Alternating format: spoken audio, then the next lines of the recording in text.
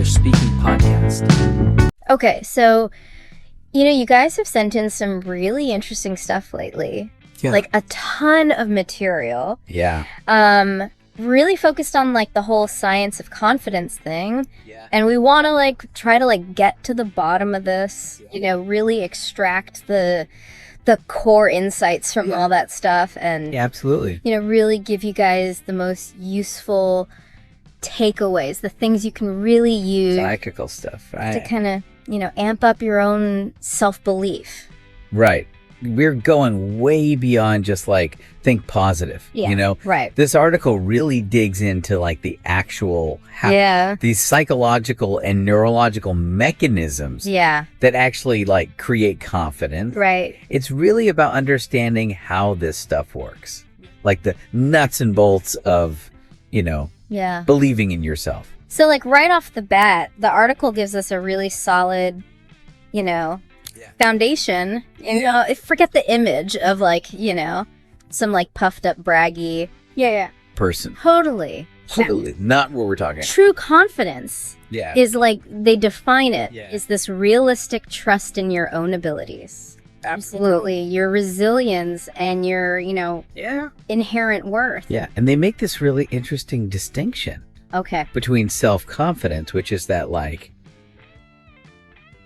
overall, Yeah. sense of I'm good, I'm cool, I got this. I got this. And then self-efficacy, Yeah. which is more about your confidence in specific tasks. Oh, that's a good distinction. Yeah, Because you might feel confident overall, totally. but But then when it comes to public speaking or whatever. certain What things, specific area? yeah, you're like, Oh, nope, not that one. right. And And then also the other way around too. yeah, You might be right. really good at something. Super skilled at something. I'm a killer artist. Yeah, but just in general, Right. You feel great about yourself. Yeah. Right. So it's interesting because they make this point that this isn't just a fixed state. Right. You're either confident or you're not. You're not just born Right. with it or without it. Yeah. Yeah. Right. Exactly. It's like a personality setting. Yeah. And they talk about, there was this 2018 study Okay. that linked self-confidence to how emotionally stable you are. If you're more outgoing and extroverted. Right. But it also made it clear that your experiences make a huge difference. Yep. The support you get past successes. Right. It's this interplay between Totally. what's going on inside you Yeah. and what you encounter in the world. So it's Dynamic. dynamic. Right. It's not just It's not set in stone. yeah. Yeah. You can change it. Which is a good thing. Right. That's the exciting part. Yes, very good. Okay. So, our mission here Yeah. for this deep dive Yeah. is to really Let's get under the hood get under the hood. of this whole science. Yeah. And figure out what are the things people can actually do Yeah. to build that confidence muscle. So where do we start with this, scientific exploration? So the article starts off Okay. with the psychology of confidence. Okay. And they bring up this guy, Albert Bandura. Okay. Yeah. He was a big name in psychology. Right. And he came up with this idea of self-efficacy, Yeah. which is a real driver Right. of motivation and behavior. Yeah. And he basically said there are these 4 key sources Right. that fuel self-efficacy. So this is And they're really insightful. You can really use these okay. to understand how to build your own confidence. So the first one? The first one is called mastery experiences. Okay. So that's So basically, when you achieve something, yeah. even if it seems small, Right. your brain's hey, you did it. Right. It lays down this little marker that says you can do this. A mental Cali. Yeah, it's like you're leveling up in a video game, I like that. right? Every time you succeed, Yeah. you get these experience points, and it all adds up Yeah. to this confidence score So not for that particular thing. yeah. Yeah. Making huge leaps. Exactly. It's the accumulation. It's the small wins Right. that add up over time. Yeah. So your brain's hey, you can do this. Look at all this evidence. This track record. Right. I'm competent. Yeah. I can do this. Okay, what's the second one? So the second one's called vicarious learning. Okay. So that's like... which is basically... watching other people. Yeah. Looking at people who are like you. Right. And seeing them succeed. Right. And thinking, if they can do it... exactly. I can do it. It's like, if they could figure that out... yeah. maybe I have that in me too. Totally. So like role models are important. Super important. Right. Because when you see someone... yeah. doing something you want to do. Yeah. And succeeding. Right. It makes it feel more real. Right. Less abstract. Right. It's not just this abstract idea. Right. It's like, oh, real person. A real person did this. Did it. So I can too. Okay. So number 3. Number 3 is social persuasion. Okay. So this is all about... which is basically the power of encouragement. right. Like people telling you you can do it. Right. When someone you respect looks you in the eye and says, yeah, I believe in you. Yeah. You got this. I know you can do this. It can be huge. Yeah. Especially when you're feeling doubtful. Absolutely. Yeah. But the article makes this point that has to be genuine. Right. Like empty praise. Yeah. Just like... doesn't really land. you're awesome. Right. It's got to be specific. Yeah. It has to be sincere. Like acknowledging your effort. Right. Highlighting your skill. So important. It's way more powerful. Okay. Number 4. Number 4 is emotional and physiological states. Okay. This is interesting. This is the one people often miss. Yeah. How you feel in your body. Mm-hmm. And emotionally. Right. Has a huge impact on your confidence. If you're like super anxious. Right. If you're feeling overwhelmed. Or just like exhausted. Drained. Yeah. It's hard to feel confident. Right. But if you're calm. Yeah. If you have energy. Right. You're like, yeah, I can handle this. Like your body's on board. Right. It's amazing how connected it's all kind of the physical and mental are. Totally. So we've got... so that's the psychology. psychology. But then they go into the neuroscience. Oh, this is where it gets really cool. Yeah, this is where it gets really fascinating. Yeah, because it's not just like... yeah. a feeling. It's not just some fleeting feeling. Right. It's actually like... wired into your brain. Yeah. They talk about the prefrontal cortex. Okay. Which is like that part right behind your forehead. That's like the CEO of your brain. Okay. Making decisions, planning. Right. And apparently there was this 2016 study. Okay. In Nature Communications. Okay. That showed that this part of your brain. Yeah. Is constantly like taking in information. Yeah. About your past experiences, your current situation. Right. And it's making this like real-time prediction about whether you're going to succeed or not. That's so cool. Right. So when you feel that surge of confidence. Yeah. It's like your prefrontal cortex is giving you a thumbs up. It's like, you got this. Based on the data. Yeah. You're right. good. Okay. And then there's dopamine. Oh, yeah. The reward chemical. The brain's like happy juice. Right. And the article talks about how when you experience success or even anticipate it, your brain releases dopamine. It's like a little reward. Right. Yes. It feels good. It feels good. Yeah. And it reinforces those behaviors. Makes you want to do it again. Exactly. So you're more likely to do the things that led to that success. Right.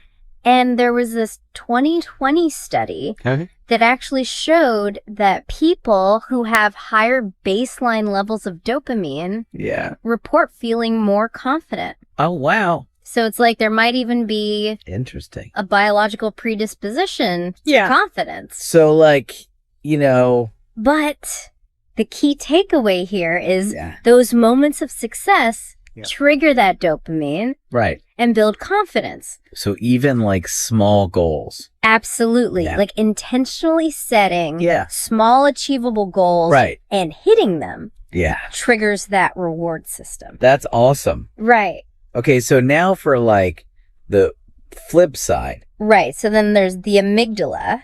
The amygdala. Which is like the fear center of your brain. Right, right. And the article talks about how an overactive amygdala can really mess with your confidence. Yeah. because it's like super sensitive to uncertainty, the threat of failure. Oh, total. And it triggers that stress response. Right. Like heart racing, sweaty palms. Yeah. You know, that feeling. Like fight or flight. Yeah. And that can really erode your confidence in the moment. Sense. Right.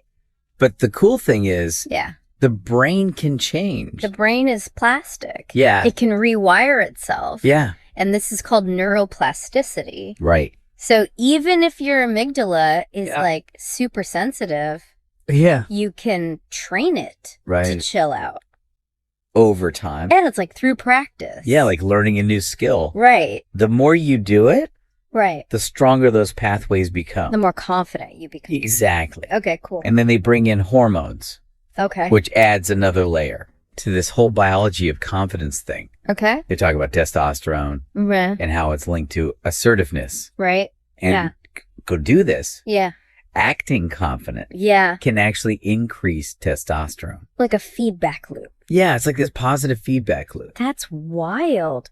So even like standing up straight can make you feel more confident. Lights out up. I'm going to try that. Right. Okay. And then there's cortisol. Cortisol. The stress hormone. Right. And that one seems to have the opposite effect. Right. It undermines confidence. Chips away at it. Yeah. And there was this study in 2019 that found that a balanced ratio of testosterone to cortisol was linked to higher confidence.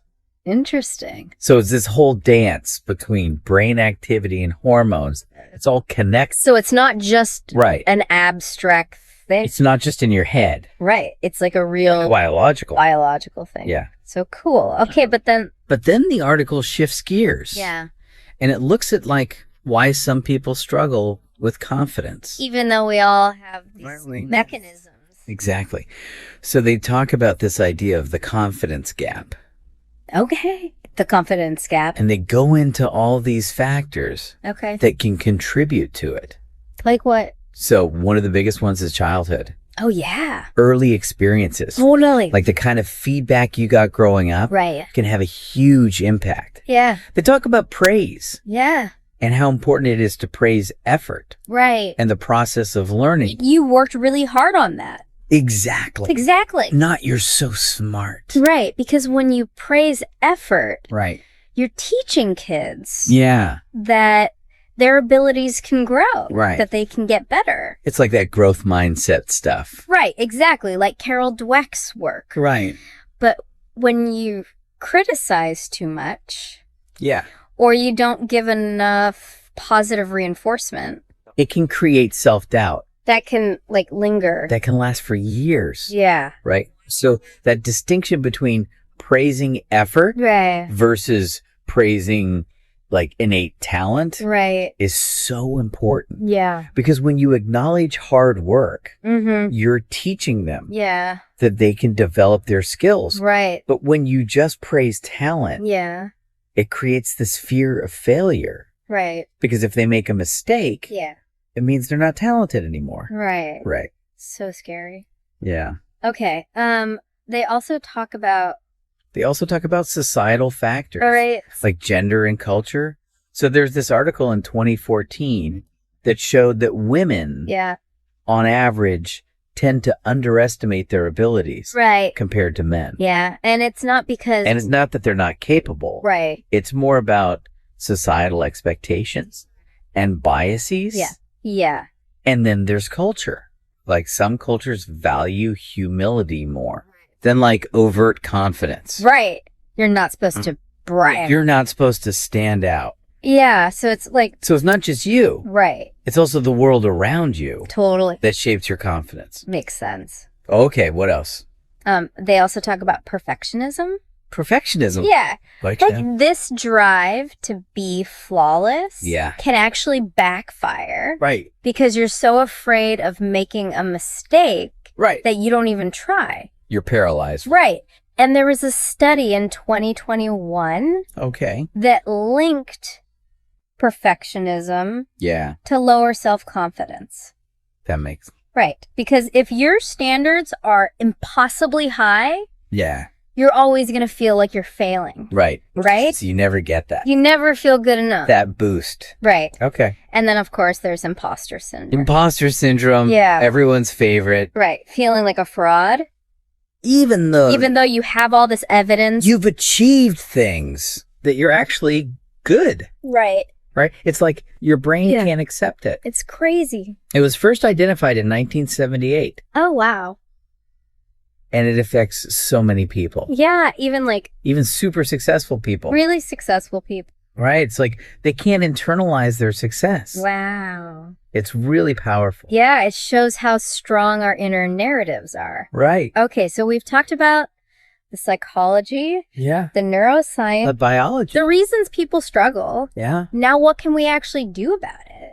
Right. Let's get to the tools. The toolkit. The confidence building toolkit. Yeah. So the article outlines all these practical strategies that are based on science. Let's hear it. So the first one is start small and stack wins. Oh, okay. I like that. It's about setting achievable goals. Yeah.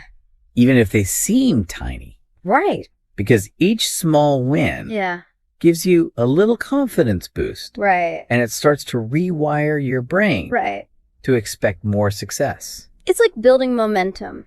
Right. And there was this study in 2017 that showed that gradual progress is actually more effective than trying to do everything at once. So it's about consistency. Yeah, consistency and small steps. Okay. So the article suggests making a list of 3 small tasks that you can do today. Right. Something easy. Yeah. And it might seem simple. Yeah.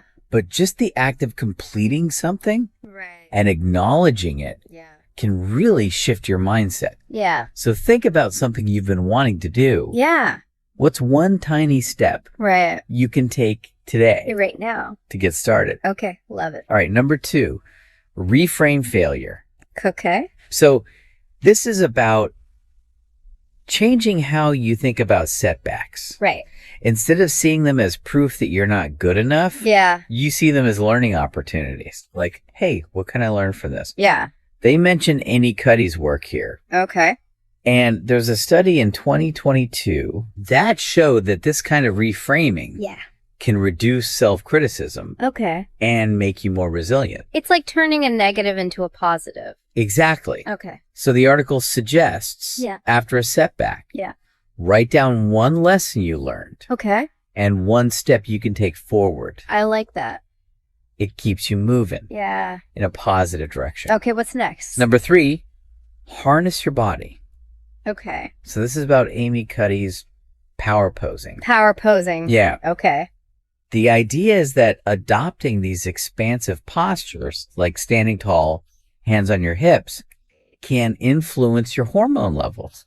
Maybe increase testosterone, decrease cortisol. Right. And that can make you feel more confident. Oh, interesting. Now, there's some debate about the hormones, but there was a 2023 meta-analysis in the journal Body Image that did find that standing upright can increase self-reported confidence. So even if it's not all about the hormones, just the act of standing tall can make you feel more confident. It's like embodying confidence. Exactly. Okay. So the article says, try standing tall for 2 minutes. Okay. Before a challenging situation. Like a little power pose break.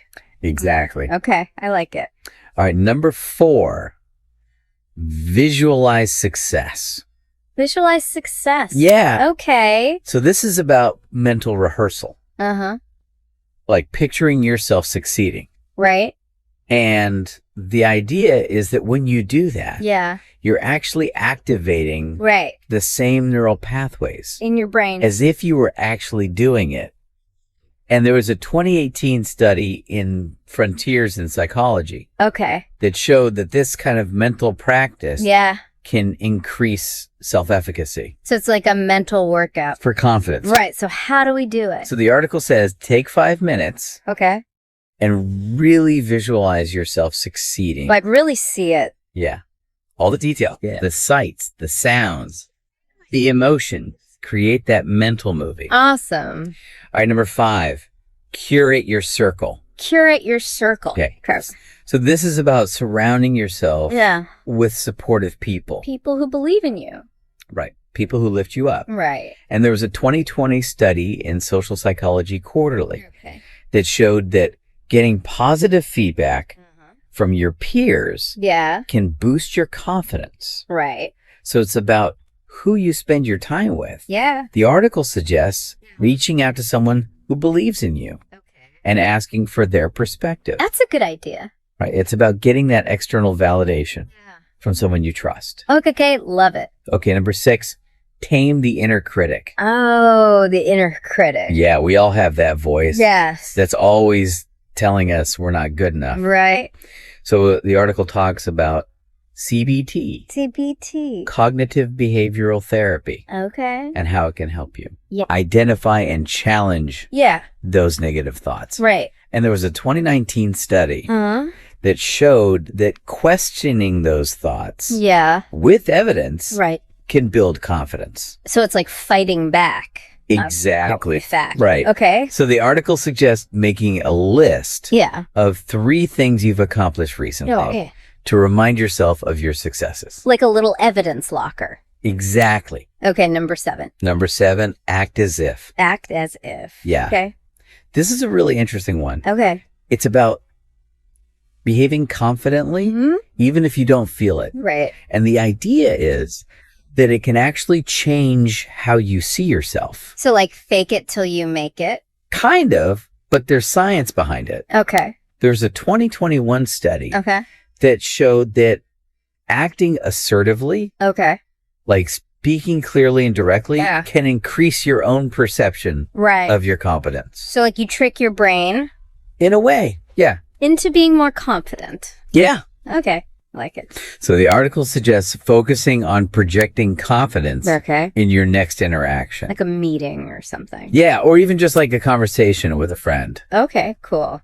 And finally, number 8, train your brain. Train your brain. Yeah. Okay. So this is about mindfulness and meditation. Okay. And how they can help you regulate your emotions. Right.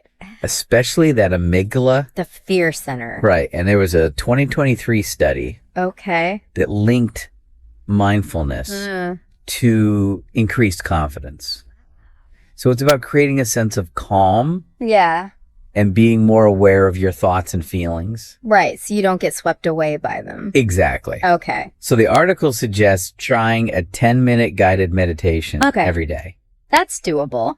Yeah. It's a small investment. Right. For big potential benefits. Okay. So that's a lot of tools. Right. But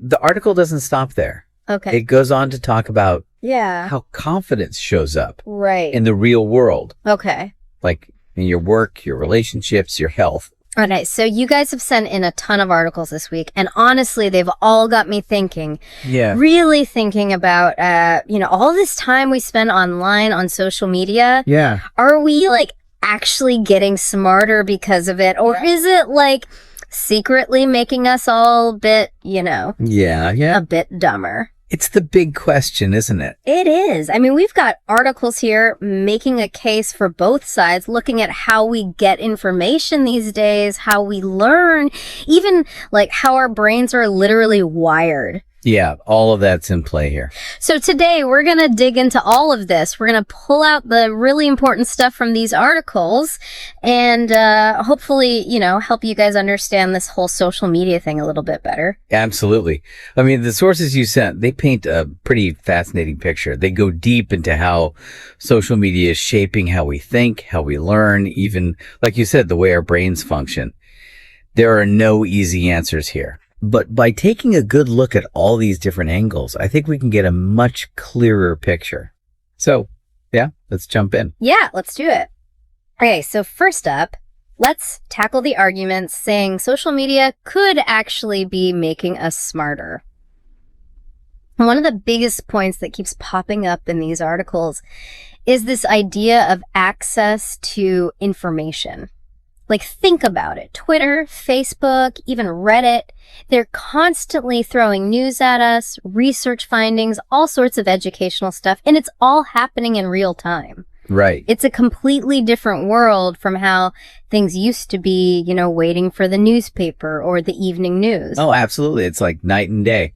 What social media has done is it's leveled the playing field when it comes to knowledge. We used to rely on these gatekeepers, universities, publishers, big media companies. Right. They control the flow of information. But now with platforms like YouTube, LinkedIn Learning, anyone can teach, anyone can learn on practically any topic you can imagine. Totally. And you know what else is interesting? It's not just about passively absorbing all this information. Some of these articles argue that social media is actually pushing us to think more critically. Yeah. Like when you're constantly seeing different opinions on platforms like Quora or Reddit, even getting into those heated online debates, you know, it forces you to sharpen your analytical skills. It's true. You're forced to confront different viewpoints, and that can be uncomfortable. But it also pushes you to examine your own beliefs. Right. You start to question why you believe what you believe, and you look for evidence to support your arguments.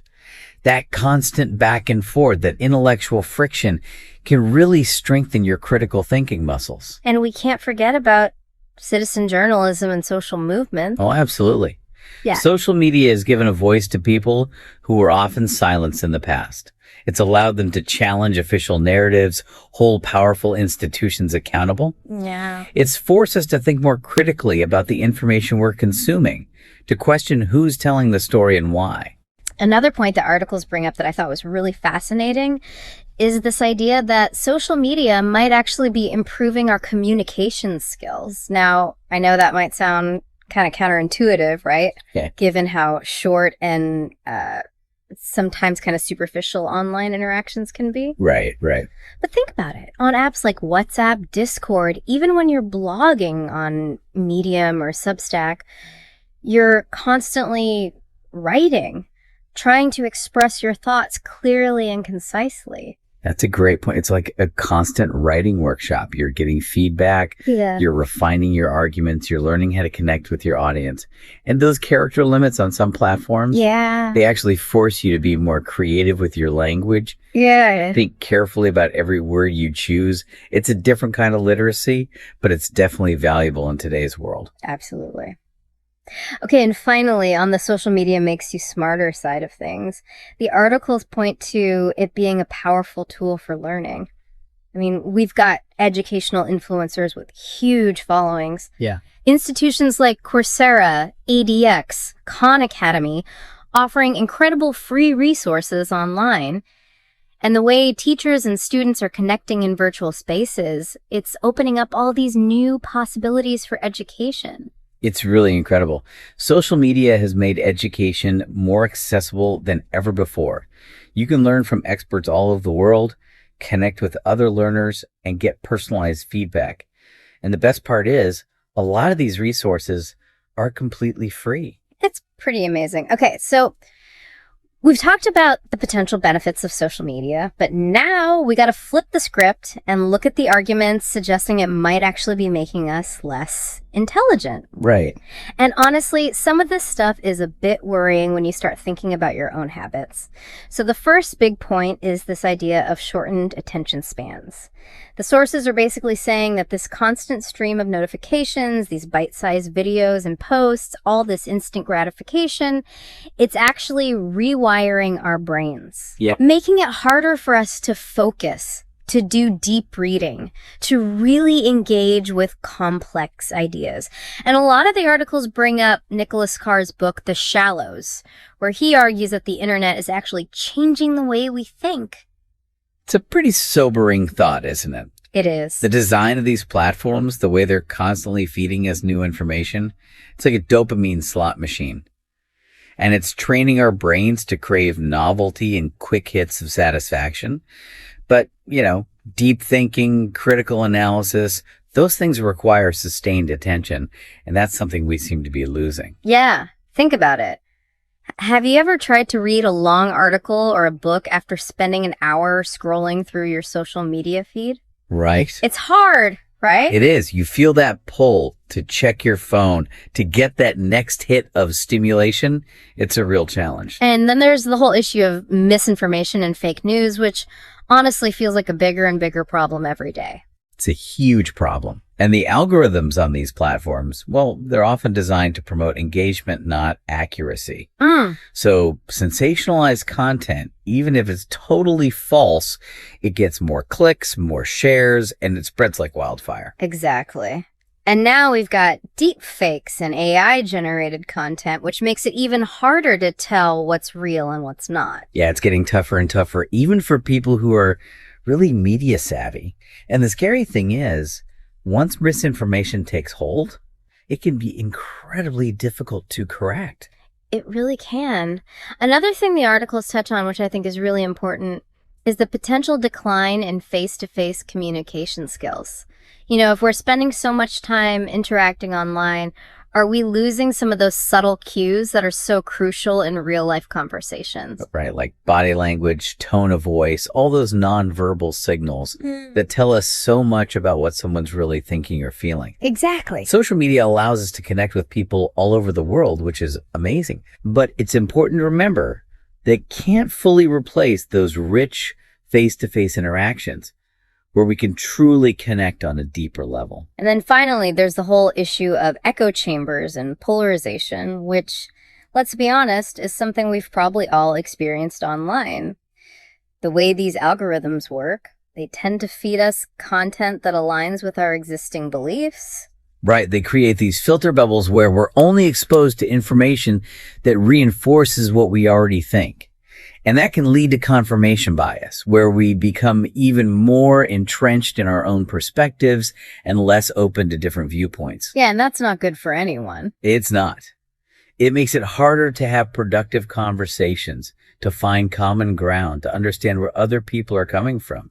And it can contribute to the divisions we're seeing in society. Absolutely.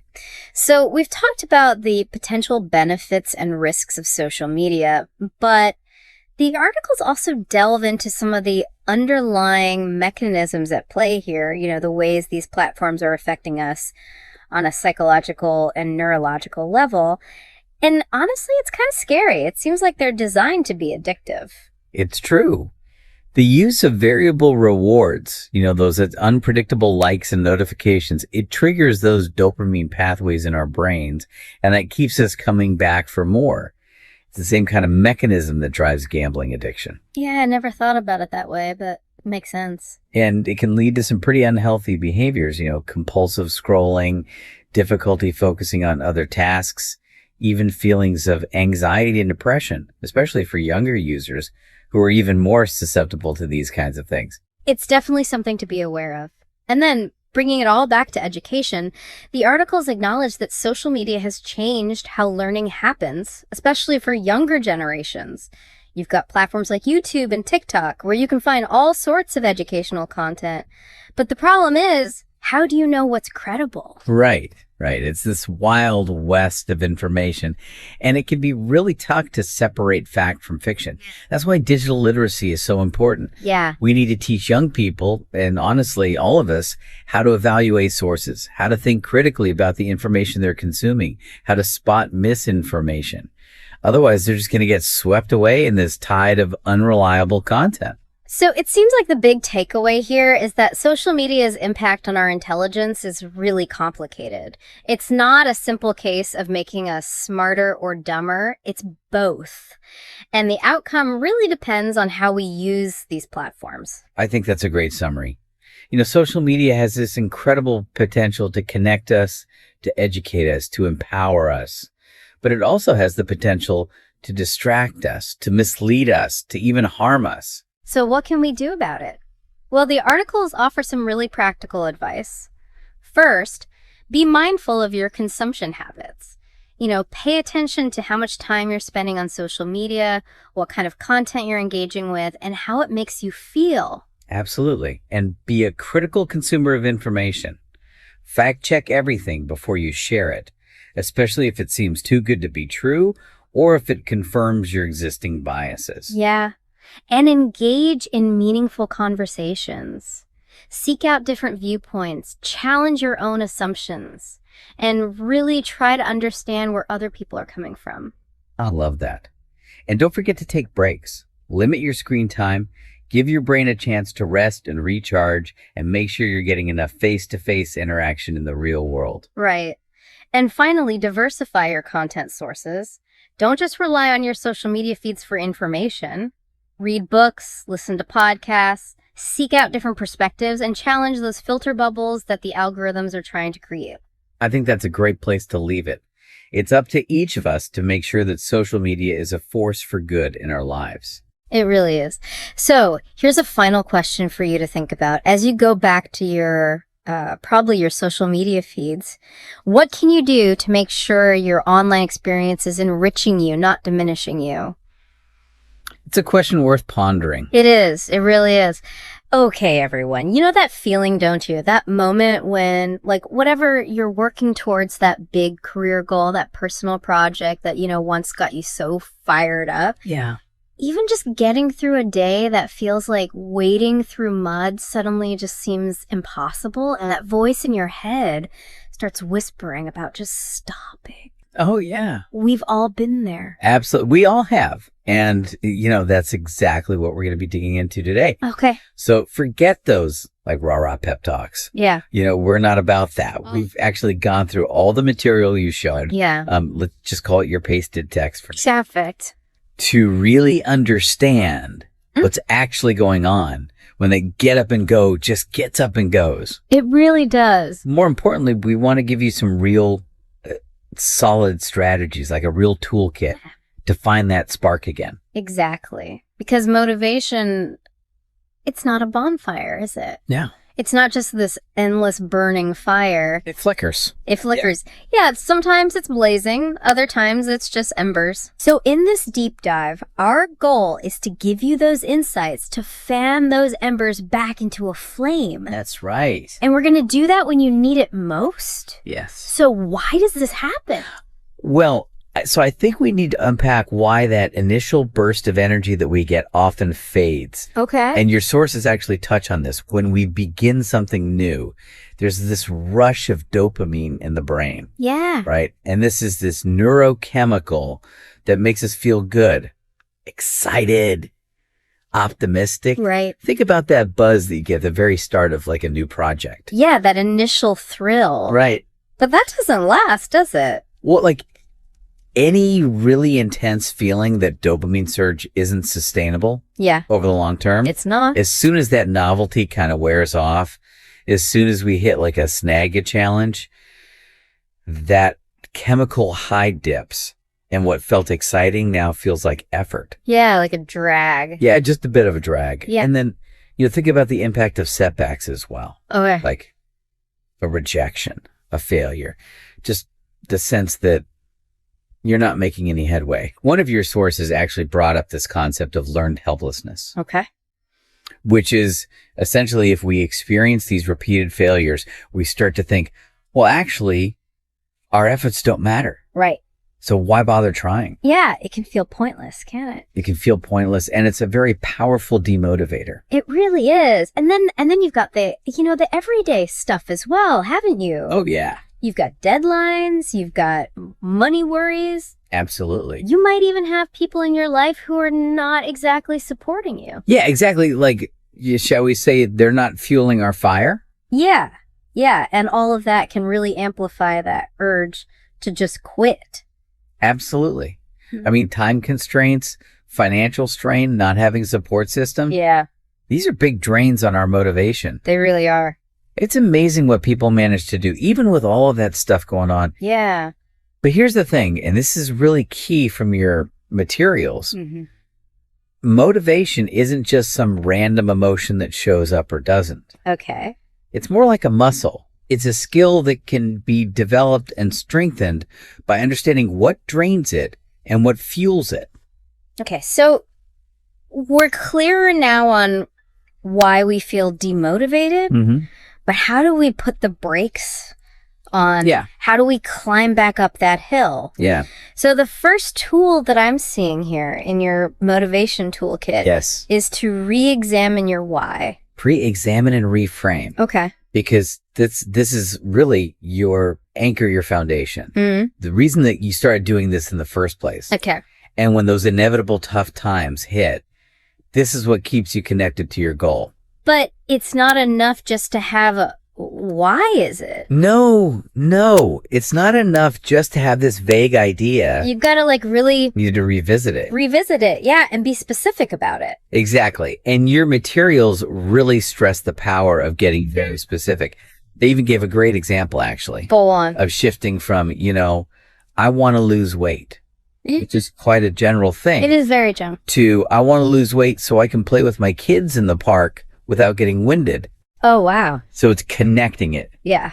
To something really specific. It makes it more compelling, doesn't it? It makes it tangible. It makes it emotionally significant. Right. It connects the present struggle with the outcome. Yeah. And research shows that having a clear purpose leads to greater resilience. Okay, so the actionable step here is to sit down, think about your why. Yes. Write it down in detail. Yeah. And then make it visible. Make it visible. Put it somewhere where you'll see it all the time. Okay. On your bathroom mirror as your screensaver. Yeah. On your phone. Whatever works for you. Yeah. And it's not static. Right. As you grow and your goals change, your why can evolve as well. Yeah. The key is to maintain that connection with it. Okay, so we've got our why. We know why we're doing it. Yeah. How do we break it down, though? Because sometimes it just feels too big. Right. Well, this is the second key strategy from your sources. Mm-hmm. Break down these big, daunting goals into small, manageable steps, otherwise known as micro goals. Okay. Because feeling overwhelmed can be a real motivation killer. Yeah. You just think it's so far off. I don't even know where to begin. I don't know where to start. And it leads to this kind of paralysis. I know that feeling so well. I bet you do. Yeah. It's like staring at a blank page when you've got to write a novel. Yes, exactly. Or a blank canvas when you've got to paint a masterpiece. Exactly. Where do you even start? Well, the solution is to take that big objective and break it down into these tiny, actionable pieces. Okay. So instead of write a book, the micro goal would be write 200 words today. Okay. Yeah. Instead of run a marathon. Yeah. The micro goal is run 1 mile without stopping.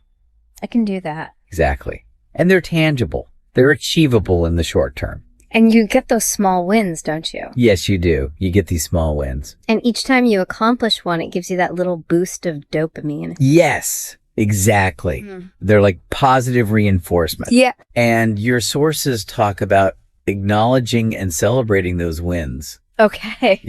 You finish those 200 words. Yeah. Take a break. Have a reward. Your brain responds to that. And they all add up, don't they? They do. Really do. And that cumulative effect of all these small steps is really significant. Okay. So we've got our why we're breaking things down. What's next? Well, I think the next thing is embracing the power of routine. Okay. Because let's be honest, relying solely on feeling motivated is about as dependable as the weather forecast. You're not wrong there. Your mood, your energy levels, they fluctuate. Yeah. If you only act when you feel motivated, you're going to be stopping and starting all the time. So we need to establish habits. We need to establish consistent habits. Okay. They provide the structure that doesn't depend on your feelings. So what do we pick one thing? Pick one consistent action that supports your goal. Okay. And commit to doing it regularly. Okay, so for example, what could we do? Well, you could dedicate 5 minutes each morning to language practice. Or you could spend 10 minutes stretching before bed. Okay, so small things, but regularly. Exactly. Consistency, even in small doses, trumps sporadic intensity. Okay. James Clear talks about this in Atomic Habits, which your sources referenced. These habits, they compound over time and lead to remarkable progress. So 5 minutes every day might not feel like much. No. But over a year, it could lead to something big. Yeah, exactly. And the sources also talk about habit stacking. Okay. Which is essentially linking the new habit to an existing habit. Right. So for example, right after I brush my teeth in the morning, I will do my language practice. Right. So it piggybacks on something you already do. Right. So your brain doesn't even have to think about it. Yeah. It just becomes the next step. Yeah. Okay. That makes sense. So even when your motivation dips, yeah, your routine will carry you forward. Okay. So we've talked about we've talked about breaking things down. We've talked about habits. But sometimes that urge to quit isn't about lack of drive. It's about fear of failure. It is. It's like we're trying to protect ourselves. Yes, absolutely. From being disappointed. Yeah, the anxiety of putting in all that effort and then not achieving what you want can be very powerful. It can. That little voice in your head is saying, what if you try your hardest and you still fail? Yeah, what if I'm just not good enough? Exactly. And then you just don't even start. Yeah, it's a way of avoiding confronting that failure. But the thing is, and your sources really highlight, this failure is part of success. It is. It's not the opposite. It's like a stepping stone. It is. Think about all the people who have achieved great things. Exactly. They've all failed. They've all had setbacks along the way. Yeah. J.K. Rowling, she got tons of rejections before Harry Potter was published. And Thomas Edison had loads of failed light bulbs. So many light bulbs. Yeah, exactly. So failure is actually feedback. Yes. It's a way to learn. It is. Not a judgment on you. Exactly. Your sources encourage us to reframe these setbacks as data points. Okay. So you didn't meet a sales target. Yeah. Analyze why a presentation didn't resonate. Yeah.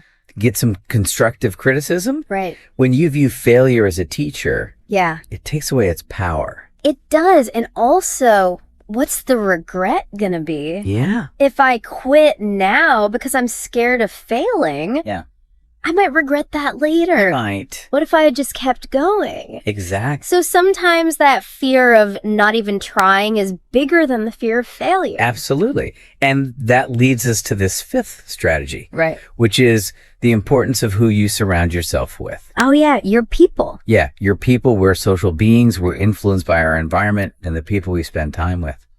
You know, if you're around people who are negative or discouraging, it's really hard to stay positive. It is. But if you're around enthusiastic and supportive people, it can really lift you up. It can. And this isn't just anecdotal. Right.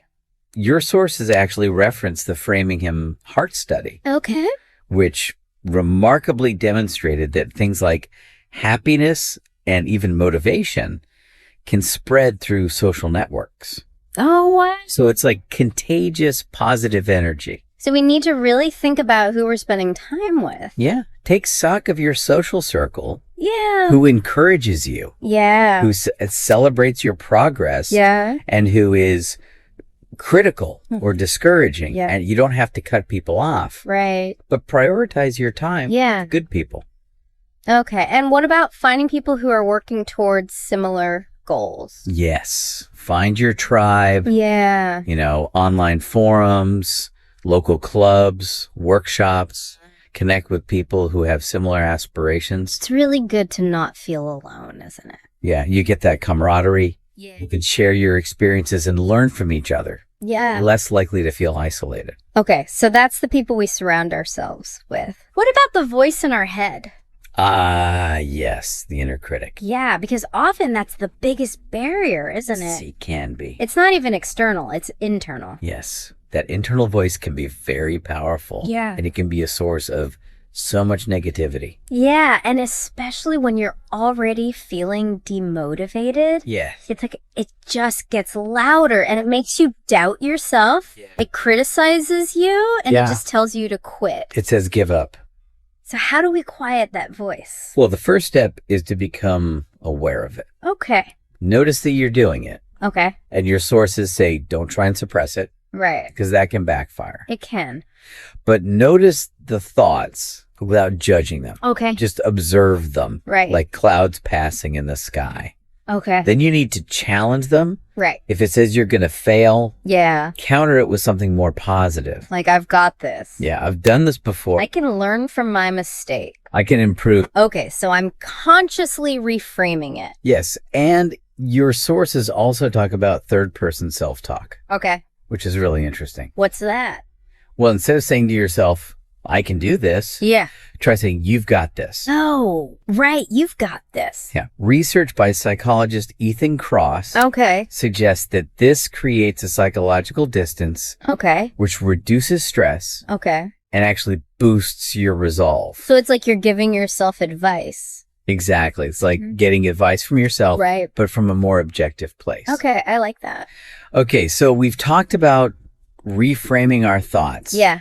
And that leads us quite nicely onto this next strategy from your sources, which is rest, don't quit. Rest, don't quit. Because sometimes that urge to give up is actually your body and mind telling you they need a break. Yeah, I can relate to that. Yeah, you're exhausted. Yeah. You need to rest. But that's not a weakness, is it? It's not. It's essential. Okay. Rest is a strategic necessity. Okay, I like that. If you push yourself relentlessly when you're burnt out, you're going to be counterproductive. Okay, so what do we do? Schedule breaks? Yeah, schedule breaks even before you feel completely depleted. Right. Use techniques like the Pomodoro technique, working in intervals with regular breaks. Even just stepping away for a few minutes to move around, clear your head, can make a big difference. And if I'm properly burnt out. If you're in a deeper state of exhaustion, take a longer break. A day off, a weekend. Right. To disconnect and recharge. Oh. And you'll find when you return, you'll have a fresh perspective. Okay, so now that we're feeling refreshed, your sources talk about the power of visualization. Yes. And not just the finish line. No. But the journey. The journey as well. So this is more than just wishful thinking then. It's more than just wishful thinking. Okay. There's a real psychological impact. Visualization helps to make your goals feel more tangible, more attainable. Okay. Research in the Journal of Experimental Social Psychology shows that vividly imagining a successful outcome enhances your motivation and your belief in your ability to achieve it. So picture yourself having achieved the goal. Yes. How does that feel? Exactly. Okay, but also picture the steps along the way. Yes. Visualize the process. Okay. Mentally rehearse taking those steps. Okay. Overcoming obstacles. Yeah. Getting those small wins. So it makes it feel less abstract and more real. It makes it feel more within your control. Okay, so we've got the visualization. What about actually tracking our progress? Yes. That's a really good one. It's practical, isn't it? It is very practical. But sometimes it's easy to forget to do it. It is. And it's really easy to feel like you're not getting anywhere. Yeah, if you don't have a way to measure it. If you don't see it. Yeah. So track your progress. Track your progress. However you want to do it. Yeah, whether it's through a journal, a spreadsheet, a visual chart. Yeah. Whatever works for you. It's really good to have that visual, isn't it? It is, because it provides concrete evidence of your efforts and your achievements. Yeah. No matter how small. Even the tiny things. Yes, because seeing those numbers increase, seeing that to-do list shrink can give you a real boost. It can. It's a tangible reminder that you are moving forward. And it also keeps you accountable, doesn't it? It does, because you can see what's working and what's not. And it's harder to quit when you can see how far you've come. It is. Okay, so final strategy. Yes. Accepting that it's okay to pivot. Yes. Because sometimes that urge to quit means that the goal is no longer right for us. Exactly. Maybe things have changed. Life changes. Or our priorities have changed. Your values, your desires, they evolve. Yeah, and if we're holding on to a goal that's no longer right for us, it can be really demotivating. It can be. So sometimes we need to let go. Sometimes we need to change direction. And that's not failure, is it? It's not. It's self-awareness. Yeah. It's courage. Yeah. It's strength. It's growth. Yeah.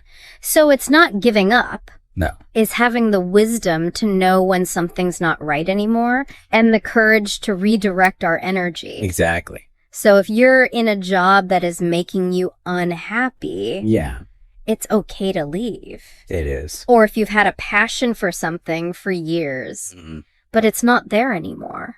Yeah. It's okay to move on. Yes, these are acts of self-respect. And we deserve to be fulfilled, don't we? We do. So there we have it, the complete motivation toolkit. Yes. We talked about reconnecting with your writing down goals, building routines, reframing failure. Yes. Surrounding yourself with the right people. Yes. Mastering your inner dialogue. Yes. Using rest visualization. Yes. Tracking your progress. And pivoting when you need to. And the key message here is that motivation, it's not something you're born with or without. No. It's a set of strategies that anyone can learn. Yes. So the next time you feel like giving up, remember, you don't have to use all of these at once. Oh. Just pick one.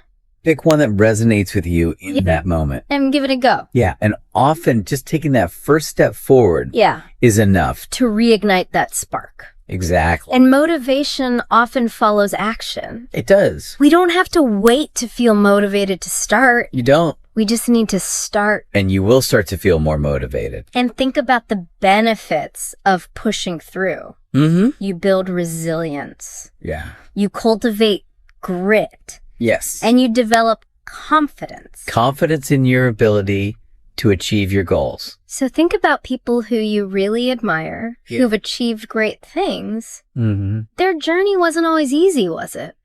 No, it probably wasn't. They had setbacks. They had doubts. Yeah. But they kept going. They persevered. And you can too. Yes, you can. The only difference between you and them is time and persistence. That's all. So keep going. Keep fanning those flames. You've got this. You've absolutely got this. All right. Welcome to the deep dive, everyone. You know the drill, right? We get right to the good stuff here. The insights you're looking for, the stuff that really matters. And today, oh boy, we're going deep, deep on something I know a lot of you are thinking about, talking about, maybe even a little worried about. The future of work. And specifically, this whole AI revolution that's happening. Yeah, it's definitely a hot topic. No doubt about it. And for good reason. For good reason. You sent over this article, The Future of Work, How AI Will Change Everything, which, pretty bold title, but I think it gets at something a lot of us are feeling, you know, like there's something big shifting. For sure. And our goal today, our mission, is to break this down for you. We're pulling out those key takeaways, the stuff you really need to know about how AI will affect jobs, the skills you're going to need, and what it all means, practically speaking, for your career. We're cutting through the hype and honestly, sometimes the fear-mongering to give you those aha moments and that clarity you came here for. Exactly. I think what's really interesting about the article you shared is that it tackles both sides of the AI coin. You know, on one hand, there's the fear of job displacement, but on the other, there's immense potential for growth and efficiency, unlike anything we've really seen before. Okay, so let's jump in. The big picture is, I think we can all agree, pretty massive, right? AI is not some distant future tech anymore.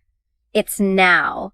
It's reshaping entire industries, global economies even, like right before our eyes. Right. And it's touching every part of our lives in some way. It really is. I mean, think about it. From the way we shop online, to the healthcare we receive, to how things are made and transported around the world, to the financial markets. It's kind of mind-blowing when you step back and see how pervasive it's becoming. Absolutely. And I think that's one of the challenges too, right? Wrapping our heads around this massive shift that's happening.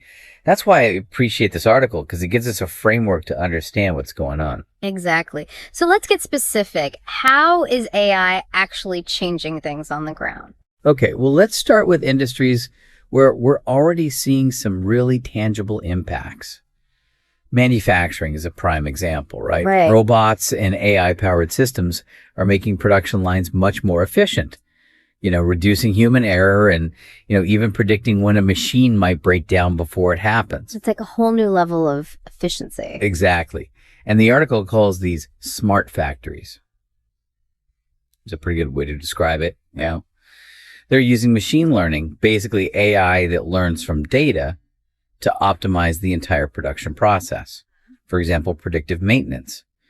The AI analyzes data coming from sensors on the machines, things like temperature, vibrations, and it can actually spot these subtle patterns that would be nearly impossible for a human to notice. So it can actually predict when maintenance is needed before a piece of equipment fails. So what does that mean? Less downtime, less cost, fewer disruptions in the whole supply chain. And we all benefit from that, right? More efficient manufacturing, lower costs, hopefully. Okay, so it's not just the factory floor. I mean, retail and e-commerce, I feel like I'm seeing this every day. Personalized recommendations when I'm online shopping, inventory management that actually makes sense. The stuff I want is actually in stock when I order it. And those chatbots popping up everywhere to answer my questions 24/7. Yeah. And those chatbots are getting more sophisticated all the time, right? It's often AI powering those interactions. And what's interesting there is that it's providing a more personalized experience for the shopper while also streamlining things for the business. Those chatbots can handle a lot of the routine questions, freeing up human customer service agents to focus on the more complicated issues, the ones that require, a bit more empathy or a human touch. Right. Have you found yourself, surprised by a chatbot recently that actually helped you get something done quickly? Yeah, sometimes I have to admit it's not always perfect, but when it works, it's kind of amazing. Healthcare, this was another area that really jumped out at me in the article. I mean, AI helping doctors diagnose patients from medical images, robotic surgery becoming increasingly common, personalized treatment plans based on huge amounts of patient data. It feels like healthcare is on the verge of some pretty radical changes thanks to AI. It is. It's already happening. Yeah. I mean, think about this. You have AI algorithms that can scan thousands of medical images like X-rays or MRIs much faster than a human radiologist ever could. Yeah. And they can flag potential issues for a doctor to then review more closely. Now, it's not replacing the doctor's expertise, not at all. But it's giving them this incredibly powerful tool to improve accuracy, maybe catch those critical illnesses early on. Right. And then you have robotic surgery. Now, again, this is always under the control of the surgeon, but it allows for these incredibly precise movements, less invasive procedures, which can lead to, faster recovery times. Yeah. I mean, think about it. If you or someone you love needed surgery, wouldn't you want the most precise, least invasive option possible? Absolutely. Finance. Okay, this is a whole other area where AI is making waves. Algorithms that can react in like milliseconds to changes in the market, fraud detection systems that are super fast and accurate, and even automated financial advice becoming more accessible. Yeah, the financial world is definitely embracing AI in a big way. Yeah. And when you think about it, it makes sense, right? Finance is all about data, and AI is like the ultimate data crunching machine. It can identify those patterns and make predictions that would be nearly impossible for humans to do. Right. Take fraud detection, for example. Yeah. AI can analyze huge data sets of transactions and flag those suspicious activities almost instantly. That's a huge security benefit for everyone, for banks, businesses, and ultimately for us as consumers. Our money is safer because of it. Okay, so AI is changing how things are made, how we shop, how we get treated when we're sick, how our money moves around the world. And let's not forget transportation and logistics. Self-driving vehicles are becoming a reality, right? And then AI optimizing those complex supply chains so goods get where they need to be efficiently and on time. Yeah, think about all those deliveries you get, the stuff you order online. That's becoming increasingly reliant on AI to make sure things run smoothly. And self-driving vehicles, I know they still have a ways to go before they're, mainstream, but it's a pretty incredible development. Imagine a future where traffic accidents caused by human error are drastically reduced. That's a pretty compelling vision. It is. Have you ever thought about, what your commute would be like in a self-driving car? Or how it would change your life if you couldn't drive yourself for whatever reason? Yeah, it's something I try to imagine, but it's almost hard to wrap my head around how different things could be. It is. It's a big change. And then, of course, customer service. I mean, we've all interacted with those chatbots and voice recognition systems, right? Sometimes it's great. Sometimes it's frustrating. Yeah, hit or miss, for sure. But the point is, this is just the beginning. AI is becoming that first point of contact for a lot of companies. And as the technology improves, we're going to see these systems becoming more and more capable of handling our questions and requests. Makes sense. Now, the challenge for companies is finding that right balance between automation and, genuine human connection. You don't want to completely eliminate that human element from customer service, because sometimes you just need to talk to a person. Right. I think we've all been there. What's been your best or worst experience with an AI-powered customer service tool? Oh, I've got stories, but maybe we'll save those for another time. Okay, so we've talked about how AI is impacting all these different sectors. Now let's get to the heart of the matter. The jobs. Yeah. I think this is what a lot of people are worried about, and for good reason. The article talks about both jobs that are at risk due to automation and the new opportunities that are being created. So let's start with the maybe scarier side of things. What are some of the jobs that are potentially on the chopping block? Yeah, it's a valid concern. And the article lays it out pretty clearly. Jobs that involve a lot of routine, repetitive tasks are the most vulnerable to automation. Think about data entry clerks, telemarketers, those factory workers doing the same assembly line job over and over, basic customer service roles. These are the jobs that AI can often do more efficiently, let's be honest, at a lower cost. Makes sense. I mean, can you think of other jobs you've encountered that just seem really, really repetitive? Oh, yeah. Tons, unfortunately. Right. And those are the ones that, AI could potentially take over. Yeah. But on the flip side, and this is where I think things get really interesting, there are all these new opportunities emerging. I mean, the people who build these AI systems, for example. Exactly. AI specialists, machine learning engineers, data scientists, all these highly skilled roles are in high demand. And it's only going to grow as AI becomes more and more integrated into every aspect of our lives. The whole new field, basically. It is. Yeah. And if you have the aptitude for it, it's a pretty exciting field to be in right now. Right. I mean, you're literally shaping the future. Yeah. And then you have cybersecurity, which is becoming so crucial as we become more reliant on these AI systems and all this data. Someone's got to protect all that. Right. Right. Oh, sure. And then there are the AI ethics and compliance officers. I mean, this is something the article really highlighted, the need to think about the ethical implications of this technology. Yeah. And make sure it's being used responsibly. That's a whole new job category that didn't even exist a few years ago. It feels almost like, with great power comes great responsibility kind of thing, right? Like, we need people to be thinking about these big picture ethical questions as we develop AI further. Absolutely. Yeah. We can't just unleash this technology on the world without thinking about the consequences. Right. And it's not just about, preventing harm. It's also about making sure AI is used in a way that benefits everyone, that it's fair and unbiased. Right. So these ethical and compliance roles are going to be super important moving forward. And what about creative fields? The article talks about AI-assisted designers, writers, musicians. I mean, it's not about AI taking over creativity, but more about AI becoming a tool for creative people to use.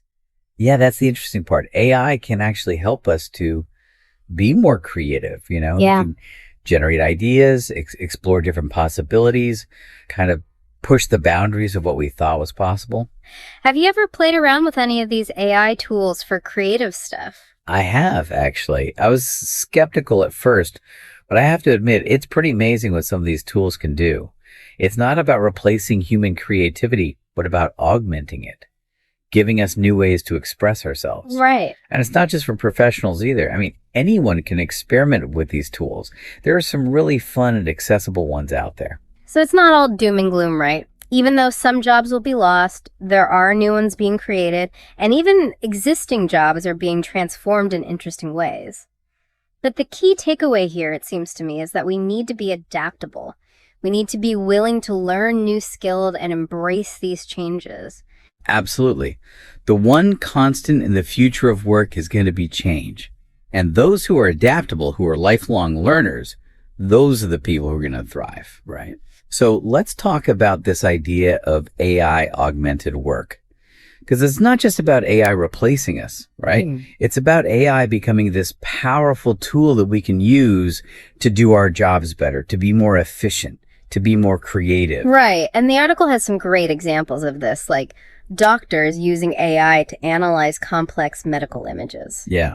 So instead of spending hours poring over scans, the AI can do that initial analysis, highlight potential issues, and then the doctor can step in with their expertise to interpret the findings, make those critical decisions, and most importantly, spend more time with their patients. And teachers using personalized learning platforms powered by AI. I mean, imagine a system that can tailor the learning experience to each student's individual needs and pace. That's amazing, right? It is. And it's becoming a reality. AI can help identify those areas where students are struggling and recommend specific resources or activities that can help them catch up. It can even adjust the pace of the lesson based on how well the student is understanding the material. So it's really about creating a more personalized, more effective learning experience for every student. And software developers, they're using AI tools to write code faster and debug it more efficiently. Yeah. I mean, coding can be a very time-consuming process, but AI can automate some of those more routine tasks, the stuff that's repetitive or predictable. So that frees up developers to focus on the more complex, creative aspects of their work. They can spend more time innovating and coming up with new solutions. And even marketing. I mean, AI is being used to analyze consumer behavior and optimize campaigns. Yeah, marketing's becoming increasingly data-driven, and AI is the perfect tool for that. It can process huge amounts of data, identify those trends and patterns, and then help marketers create campaigns that are more targeted, more effective, and ultimately more successful. So it seems like the future of work across all these different industries is really going to be about this partnership between humans and AI.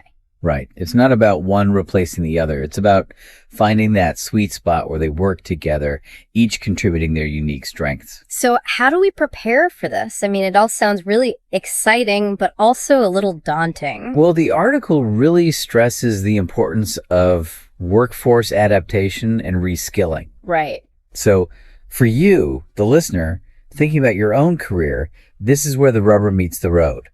You've got to be proactive. You've got to start thinking about what skills you're going to need to thrive in this AI-driven world. And the good news is there are tons of resources available to help you do that. Okay, like what? Give us some specifics. Well, first off, STEM education is becoming more and more important. Science, technology, engineering, math, those are the foundational skills for a lot of these emerging AI-related careers. But it's not just for, aspiring AI engineers. Right. Digital literacy is becoming crucial for pretty much everyone, no matter what field you're in. What does that mean exactly? Well, it means having a basic understanding of how computers work, how data is used, how algorithms make decisions. It means being comfortable with technology and being able to adapt to new tools and platforms. And it means having at least a basic understanding of how AI systems work, even if you're not the one building them. Right. And then there are those soft skills, right? The ones that AI can't replicate so easily. Exactly. Creativity, emotional intelligence, critical thinking, problem solving, adaptability. These are the skills that are going to be in high demand, because they're the skills that make us uniquely human. And how do we develop those skills? I mean, you can't just download them, right? You can't, no. But you can practice them, you can cultivate them. Okay. Well, for creativity, try taking a class. Experiment with different art forms. Put yourself in situations where you have to think outside the box. For emotional intelligence, practice active listening. Pay attention to your own emotions and how they impact others.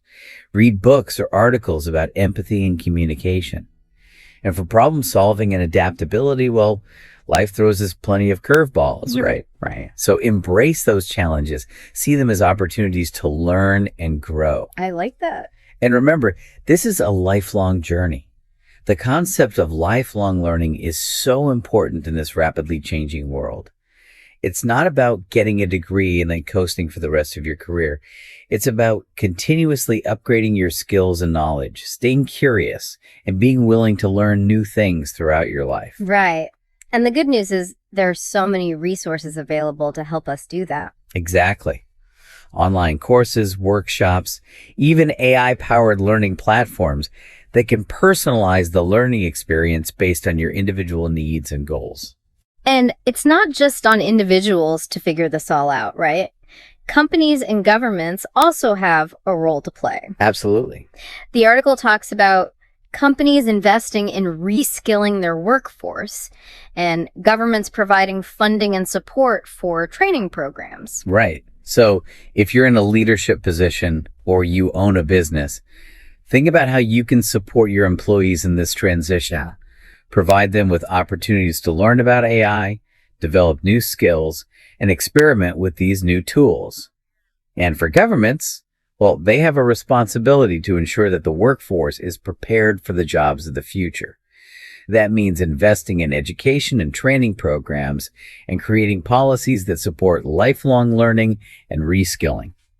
So looking ahead, what does this AI-driven future of work actually look like? The article paints a pretty interesting picture, with remote and hybrid work becoming more common. Yeah, I mean, we've already seen a huge shift towards remote work, and AI is only going to accelerate that trend. Right. With AI-powered collaboration tools and virtual workspaces, we can work from anywhere in the world and still be productive, still be connected to our teams.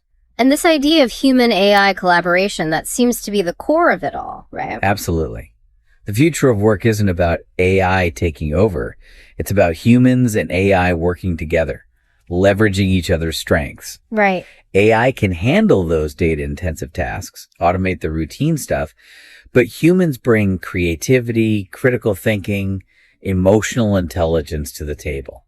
That's the winning combination. And the gig economy, that's another area that's evolving. Yeah, AI is making it easier for freelancers to connect with clients and find projects that match their skills. And it's helping companies find the talent they need quickly and efficiently. So it's a win-win. And AI is even changing how we think about entrepreneurship, right? Right. It's lowering the barriers to entry for new businesses, making it easier to automate tasks, personalize marketing efforts, and gain insights into customer behavior. So a lot to unpack here, but if we had to distill it down to a few key takeaways for the listener, what would you say? I would say, number one, be adaptable. The world of work is changing faster than ever, so be willing to learn new things, embrace new technologies, and be open to new ways of working. Number two, commit to lifelong learning. Right. Never stop learning, never stop growing. Make it a habit to seek out new knowledge and skills throughout your life.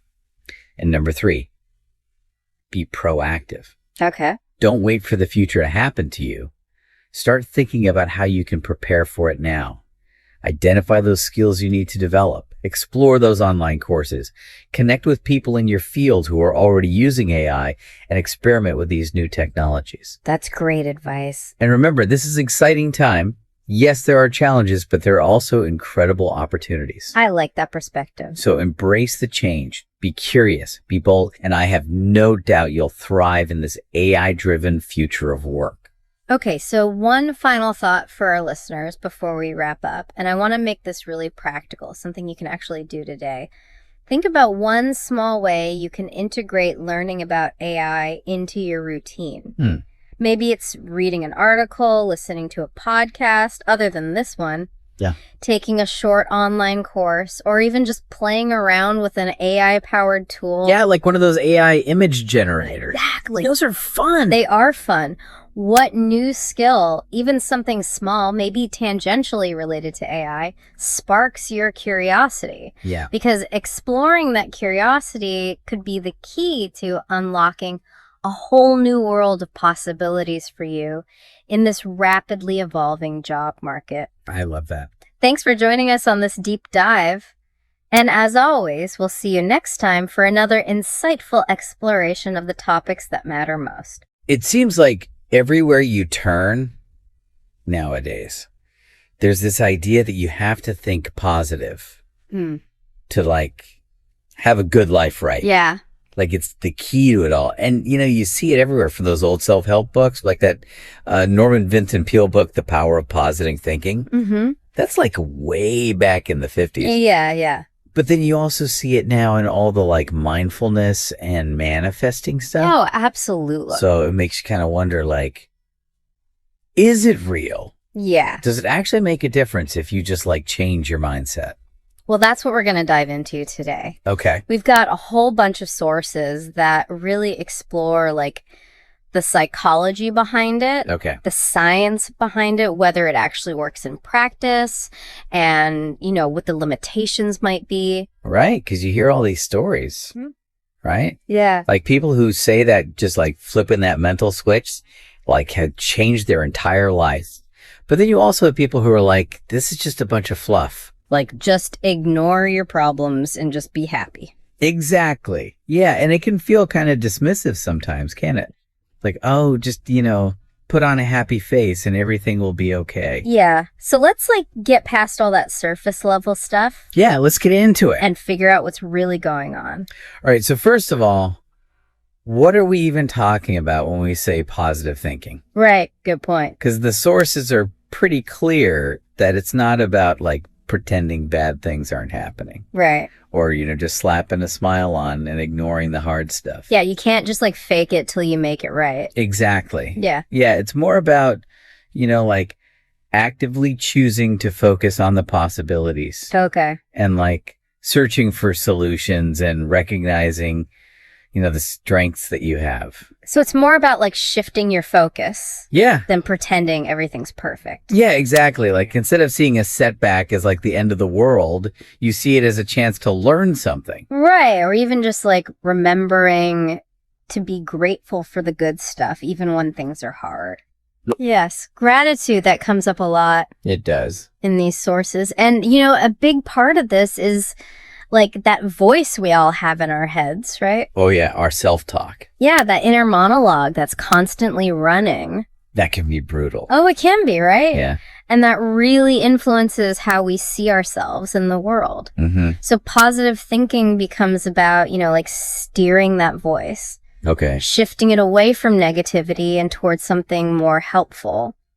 So instead of beating yourself up, you're kind of like cheering yourself on. Yeah, exactly. And it's not about waving a magic wand and changing what's happening around you. Right. But changing how you respond to it. Okay, so it's like an inside job first. Yeah, it starts internally. Why does that even matter? That's a good question. Like, why does changing your thoughts actually change anything on the outside? Well, this is where this thing called cognitive behavioral theory, or CBT, comes in. Okay, I've heard of that. Yeah, it's pretty well known, and basically what it says is that our thoughts, our feelings, and our actions are all linked. Okay. So, if you're stuck in these negative thought patterns that can, create a downward spiral, you feel bad, you act in ways that aren't helpful, and it just keeps going. Right, you get trapped. Yeah, but the cool thing is that it works the other way, too. Okay. So by actively, questioning those negative thoughts and replacing them with more positive or even just more realistic ones, right, you can break out of that cycle. Okay. You can build resilience, increase your motivation, and end up with a more positive overall perspective. I mean, it makes sense, right? Yeah. If you're always telling yourself, I can't do this, you're probably not going to try very hard. Exactly. You're kind of setting yourself up for failure. Right. It's self-fulfilling prophecy kind of thing. Exactly. And that's another thing that our sources talk about, that if you really believe you're going to succeed, you're more likely to take risks, to persevere when things get tough, and to see and grab opportunities when they come up. Like you're putting yourself out there more. Yeah, you're creating a path for yourself. Okay. Whereas if you're constantly expecting to fail, you might just, stay stuck and avoid those challenges. Right. So it's not just about feeling good. It can actually lead to different actions. Exactly. It can shape your behavior in ways that have real world consequences. So it's not just fluffy stuff. No, it's got some teeth to it. Okay. So what about the science? Yeah. Is there actual proof that this positive thinking stuff has benefits?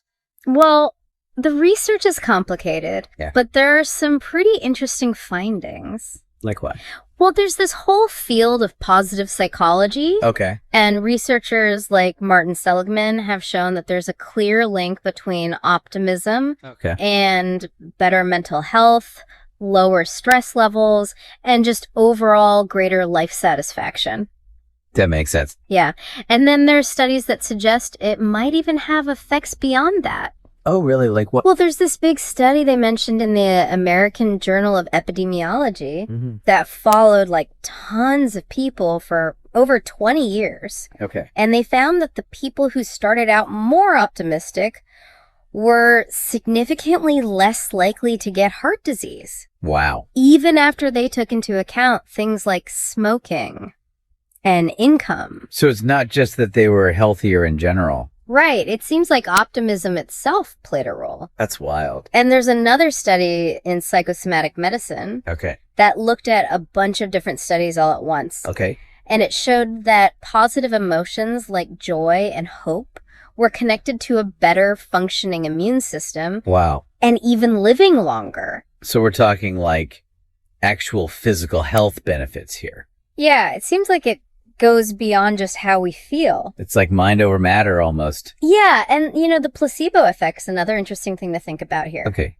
explain that one. So sometimes when people believe that a treatment is going to work, they actually get better, even if the treatment itself doesn't do anything. Yeah, it's like the power of belief. Wow. And that suggests that our minds can have a really strong influence on our bodies. Okay. So it's possible that a positive outlook could trigger positive physical changes. So it's not all just in your head. No, it could be in your cells too. That's crazy. It is pretty wild. But, you know, we have to acknowledge that not all the research is totally on board with just being positive all the time. Right. Like there has to be some downsides. Yeah, there are definitely some cautions. Okay, like what? Well, there was this study in the journal Emotion a while back that found that for people who already had low self-esteem, repeating positive affirmations could actually make them feel worse. Oh, that makes sense. Yeah, it's like if you're telling yourself something you don't believe, it just highlights how much you don't believe it. Right, it's like lying to yourself. Kinda, yeah. And then there's the danger of becoming too optimistic. Right. To the point where you're denying reality. Oh, yeah. Like if you ignore a health problem because you're just trying to stay positive. Yeah. Exactly. That can be really dangerous. Right. Positivity is not a substitute for like actually dealing with stuff. Yeah, you can't just wish problems away. So it's not about ignoring the bad stuff. It's more about choosing how you respond to it. Yeah, choosing a more helpful perspective. Okay, so let's talk about like real world examples. Okay. Like how does this positive thinking stuff actually play out in people's lives? Well, we see kind of a mixed bag. Okay. On one hand, you have those inspiring stories, you know, athletes using visualization to improve their performance.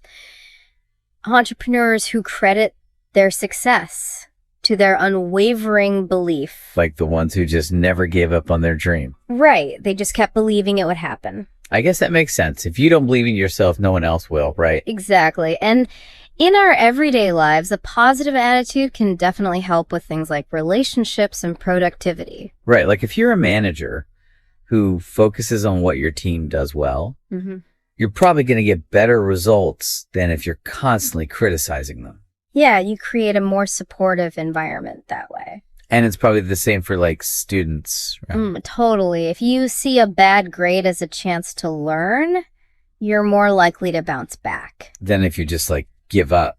Exactly. But there are also limits, right? Yeah, absolutely. Like positive thinking is not a magic bullet. Right. It can't solve every problem, especially problems that are outside of your control. Like you can't just think your way out of a pandemic, right? Right. Or a recession or, you know, systemic injustice. Okay, so it's more about dealing with the things you can control. Yeah, exactly. It's a tool, not a cure-all. Okay, so what about this idea of toxic positivity? Oh, yeah, that's a big one. Like when does positive thinking go too far? Well, it becomes toxic when it's used to suppress negative emotions. Like telling someone who's grieving to just look on the bright side. Yeah, that's not helpful. No, it's dismissive and invalidates their feelings. Like saying their feelings aren't real. Yeah, and some psychologists argue that it's actually healthier to be what they call emotionally agile. Okay, what does that mean? It means acknowledging and accepting all your feelings, the good and the bad. So you're not trying to force yourself to be happy all the time. Exactly. You're allowing yourself to experience the full spectrum of human emotions. That sounds a lot healthier. It probably is. And then there's also the danger of positive thinking leading to unrealistic expectations. Okay. Like that whole law of attraction thing. Oh, yeah. Like if you just visualize what you want hard enough, it'll magically appear. Yeah, and that can be really misleading. Right. Because when those things don't happen, people can end up blaming themselves. Yeah, like it's their fault for not thinking positively enough. Exactly, and that can lead to a lot of guilt and despair. So where does that leave us? Well, it seems like the key is finding a balance. Okay. Like this idea of realistic optimism. Okay, I like that. It's about finding that sweet spot between being overly positive and being overly negative. So you're not denying the bad stuff, but you're also not letting it drag you down.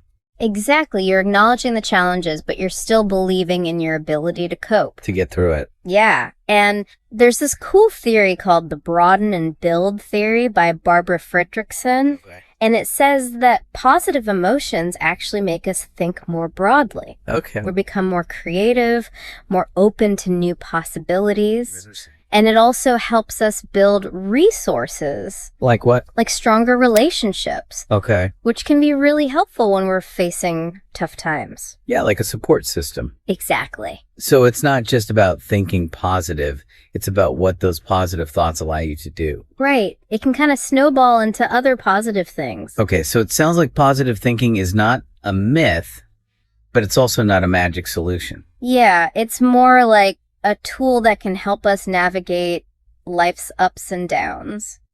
It's like a lens you can choose to look through. Yeah, a way of framing things. But it's still important to be realistic. Absolutely. And to take action. Yeah, it's not just about thinking, it's about doing too. So I guess the takeaway here is that positive thinking, when it's done thoughtfully, can be really powerful. It can help us be more resilient. Yeah. Maybe even healthier. Yeah. And it can help us achieve our goals. But it has to be combined with action and a realistic outlook. Right. It's not about ignoring problems. It's about facing them with a different mindset. Exactly. So for everyone listening out there, maybe think about this. Where in your life is the line between positive thinking and just avoiding reality? Kind of blurry. Yeah. And is there a way you can shift your perspective just a little bit to be more realistically optimistic? Yeah. You might be surprised by what happened. It could make a bigger difference than you think. Just give it a shot. Yeah, go for it. Okay, so you guys sent in some really interesting stuff for us to dig into. An article all about the psychology of lying. Looks like you want to get to the bottom of why we humans, sometimes bend the truth a little bit or a lot. And that's exactly what we're going to do today. Sort of a deep dive together. We'll figure out the most important parts and hopefully make sense of it all without getting too bogged down in all the technical terms, of course. Yeah, no one wants that. Okay. So this article you sent, it's pretty comprehensive, covers a lot of ground. It defines lying, digs into the science behind it, talks about the different types of lies, the why, the how, even touches on how we might be able to encourage more honesty. It does, and that's what we're going to try to do today. Break it all down, give you a clear picture of this very human behavior, something you can really walk away with and maybe even use in your own life. Sounds good to me. So the article kicks off with what seems like a pretty basic question. What actually is a lie? But it gets complicated pretty quickly. It's not just about saying something that's, factually incorrect. Right. The key here is intent. It has to be intentional. A lie is a false statement made on purpose with the goal of deceiving someone else. And what's interesting is that deception, it comes in many forms. You have the big, obvious lies, but also little white lies, exaggerations, and even just leaving out important information. The article calls those lies of omission. Yeah, lies of omission. Those are sneaky. So it's really a whole spectrum of dishonesty, isn't it? Absolutely. And it's not just a social thing either. This article goes into the science of it all, like what's happening in our brains when we're not being truthful. Yeah, that's what I find really interesting. Yeah, it turns out lying actually has a biological basis. When we lie, certain parts of the brain light up, specifically the prefrontal cortex, which is kind of like the brain's command center where we make decisions and judgments, and the amygdala, which handles emotions like fear and guilt. Oh, and the limbic system, which is involved in our stress response. So it's not like our brains just effortlessly come up with lies, huh? Not at all. It's actually more demanding. Studies using fMRI, which is a way to image brain activity, suggest that lying takes more effort than telling the truth. Think about it. You have to suppress the truth while creating a believable lie at the same time. Whoa. That's pretty wild. So much for those easy lies, huh? Exactly. And then the article goes on to categorize different types of lies. It breaks it all down. And that's really helpful, I think, to understand all the nuances. Because lying, it's not just one thing. Right. It's a whole complicated mess, really. So what are some of these categories? Well, there are 6 main types that they outline in the article. First, we have the white lies.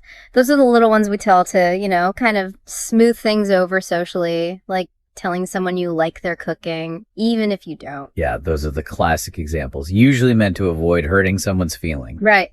Then you have pathological lies. And those are a bit more complex. It's when someone lies habitually without a clear motive. And the article points out this is often linked to mental health conditions. Okay, so that's different from just, being a sneaky person. Yeah, it seems to be more of a deep-seated behavior pattern. Then there are the lies of omission, which we talked about before. That's when you leave out important details to create a misleading impression. Yeah, like conveniently forgetting to mention that you, accidentally crashed the company car.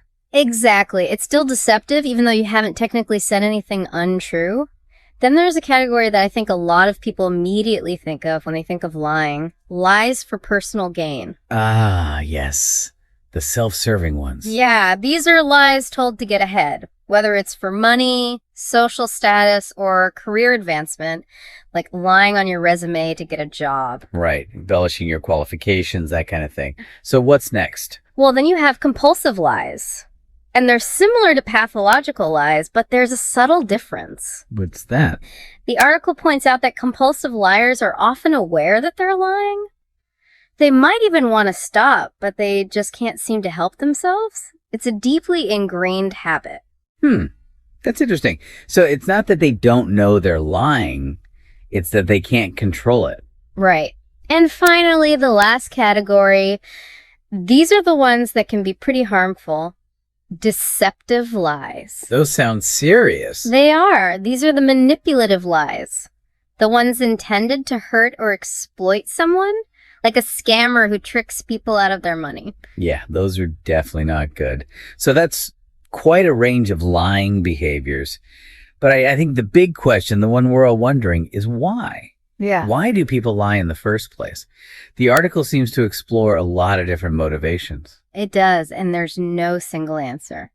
The most straightforward reason is to avoid punishment, whether it's a kid trying not to get grounded or an adult trying to avoid legal trouble. Makes sense. Fear of consequences is a big motivator. Absolutely. But sometimes it's about protecting others, not just ourselves. Okay, how so? Well, sometimes we lie to shield someone from harm or embarrassment or emotional pain. Like, a doctor who might soften the blow when delivering bad news to a patient. Right. I can see that. So it's not always selfish. Sometimes it's about protecting the people we care about. Exactly. But of course, sometimes it is about self-preservation. Sometimes we lie to gain some kind of advantage. Like in a negotiation, you might exaggerate your willingness to walk away to get a better deal. Oh, yeah. Those strategic lies.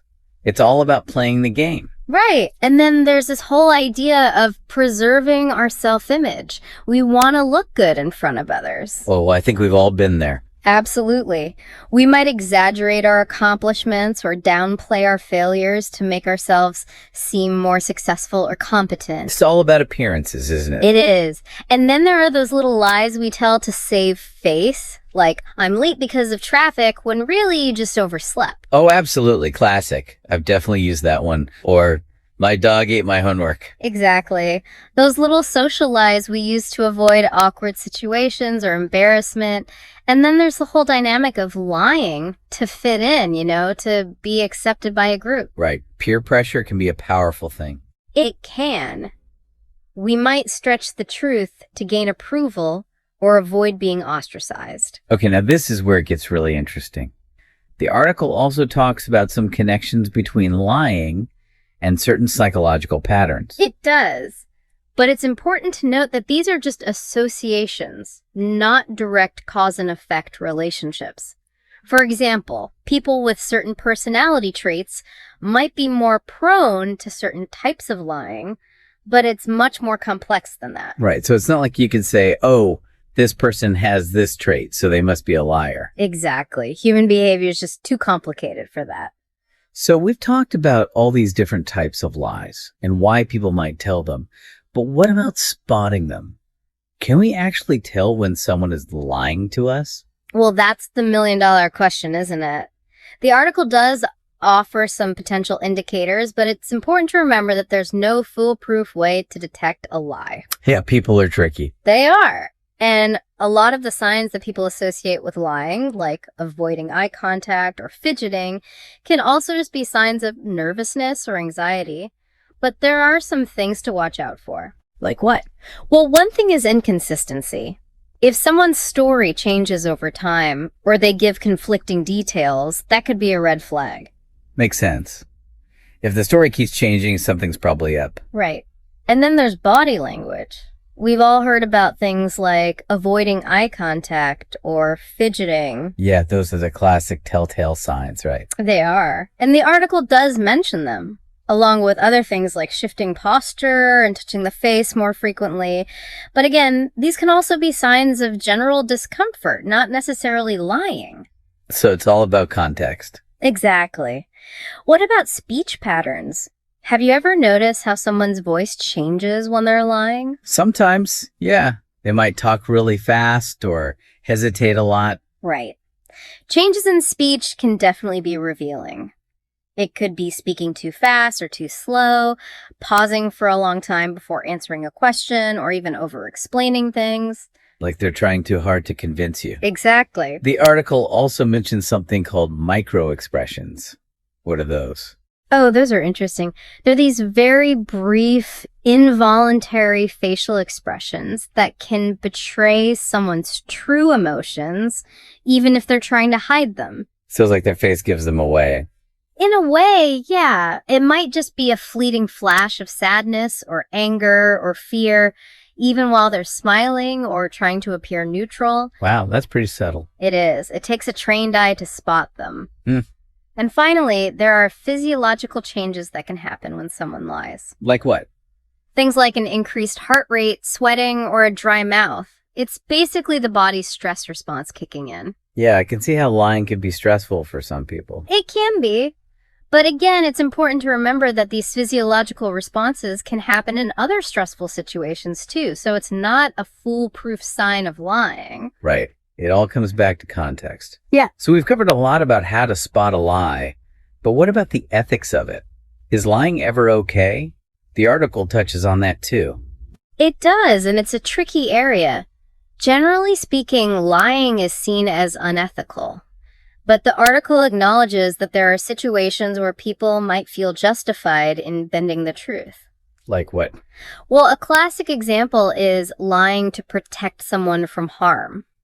Like hiding someone from an abuser. Right. In that case, it seems like most people would agree that lying is the right thing to do. Exactly. And then there are situations where, maybe withholding information is seen as necessary to prevent panic or maintain stability, like during a crisis. Okay, so those are more complex situations. They are. And then there are the little white lies we talked about earlier, the ones we tell to avoid conflict or hurt feelings. Right, those everyday social lies. Yeah.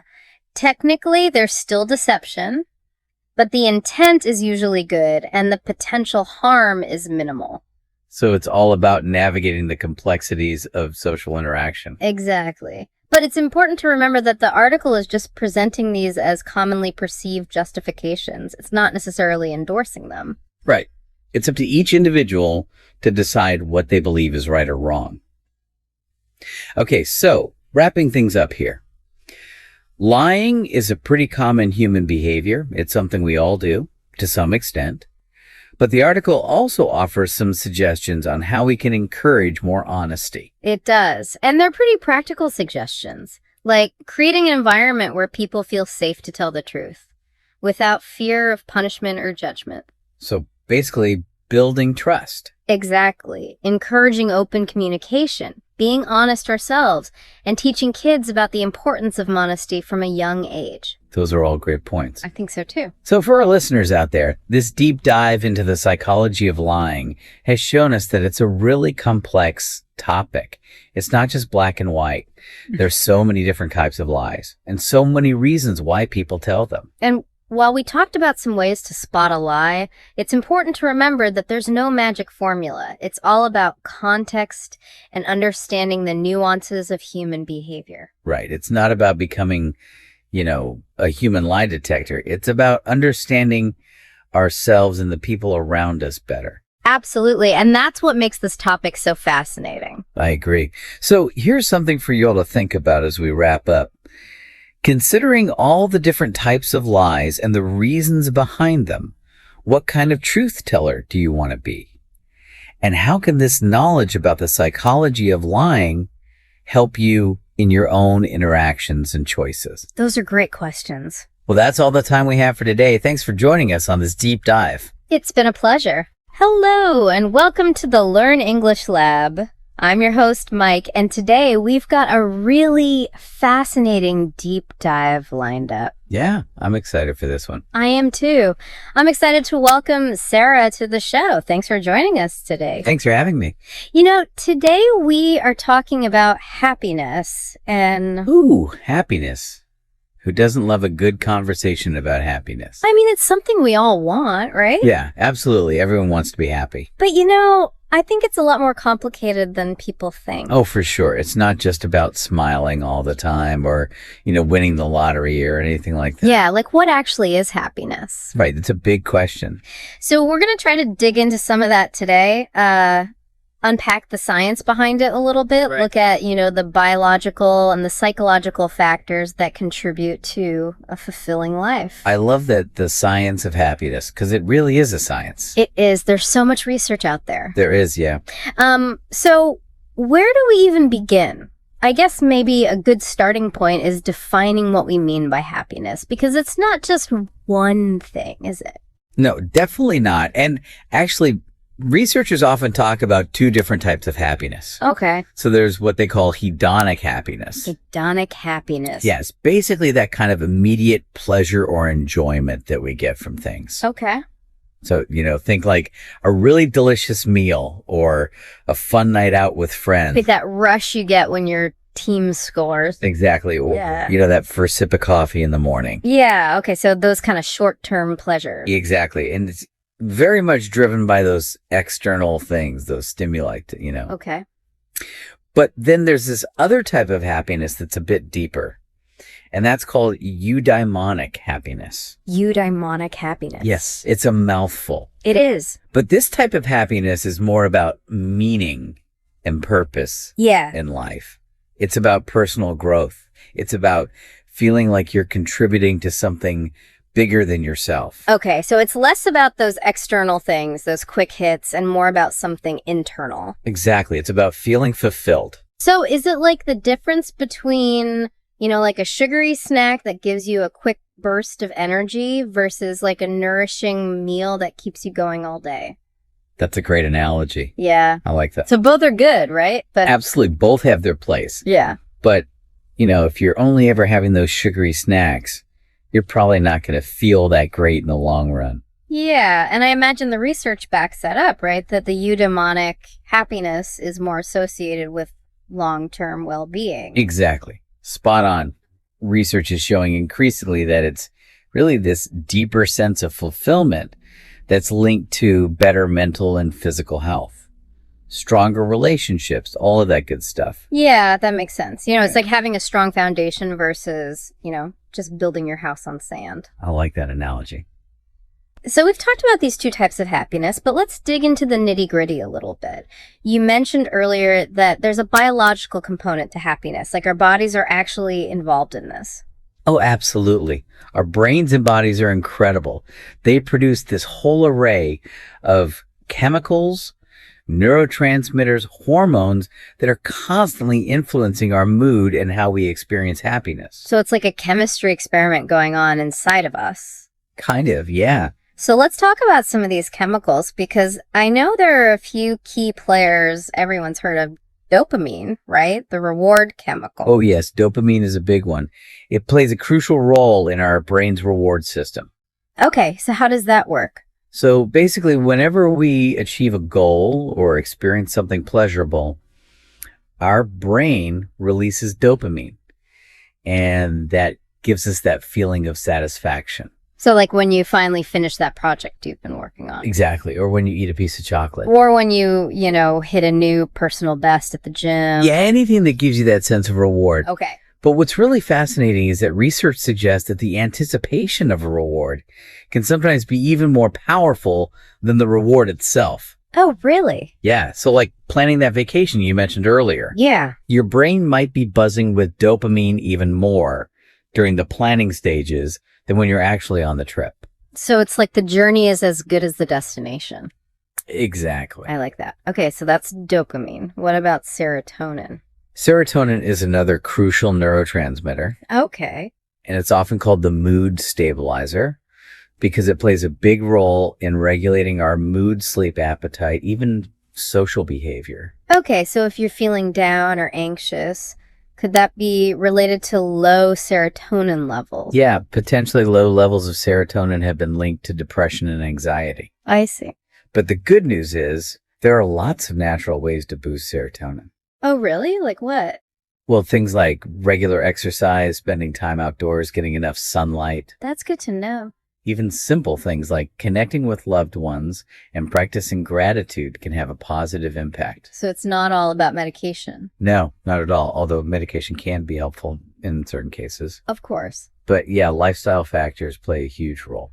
Okay, and I think we've got one more chemical to talk about, oxytocin. Ah, yes, the love hormone. The love hormone. Tell us about that. So oxytocin is released during moments of physical touch, social bonding acts of kindness. Okay. And it basically fosters this feeling of trust, connection, and belonging. So like when you hug someone you care about. Exactly. Or, when you do something nice for someone and you get that warm, fuzzy feeling inside. Yeah. That's oxytocin working its magic. And that reinforces how important relationships are for our well-being. Absolutely. Our connections with others are fundamental to our happiness. Okay, so we've covered dopamine, serotonin, oxytocin.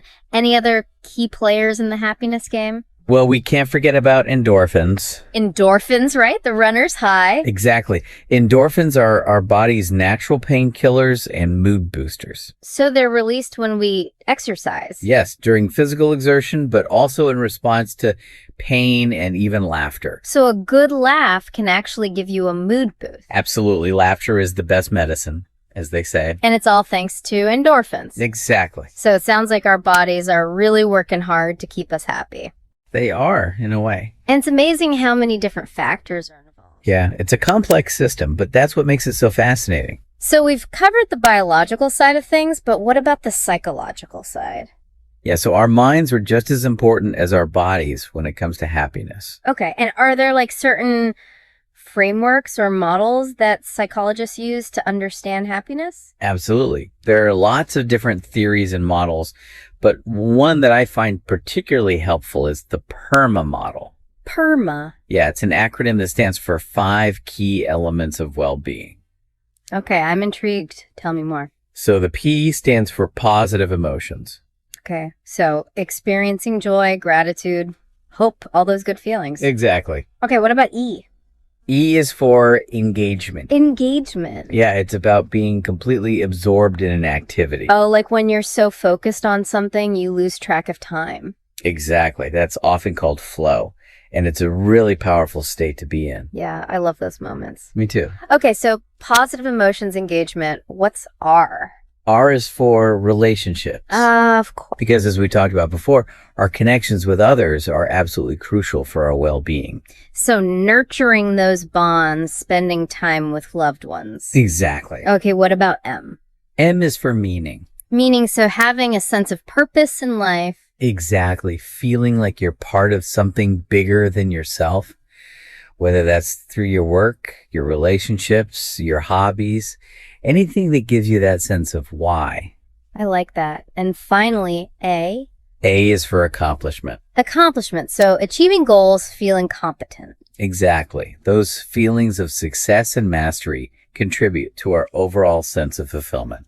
So positive emotions, engagement relationships, meaning accomplishment. Yes, those are the 5 pillars of well-being according to this model. And I imagine all of them are important, right? They are, but research suggests that meaning and engagement tend to be particularly strong predictors of overall life satisfaction.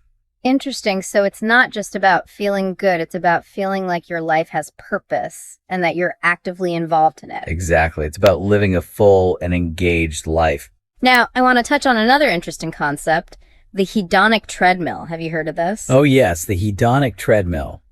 It's a fascinating idea. So what's the basic premise? Well, the theory suggests that we humans have a tendency to adapt to both positive and negative events in our lives. Okay. So even after a major life change, whether it's good or bad, we tend to eventually return to a relatively stable level of happiness. So it's like we're on this treadmill where we keep running and running, but we never really get anywhere. Kind of, yeah. It's like our happiness set point resets. So like if someone wins the lottery, they might be ecstatic at first. Right. But over time, that initial euphoria fades and they end up back at their baseline level of happiness. Exactly. And the same goes for negative events.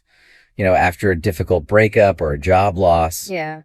We might feel devastated at first. Yeah. But eventually the intensity of those feelings tends to lessen and we start to adapt. So does that mean we're all just stuck at a certain level of happiness no matter what we do? Well, it's not quite that deterministic.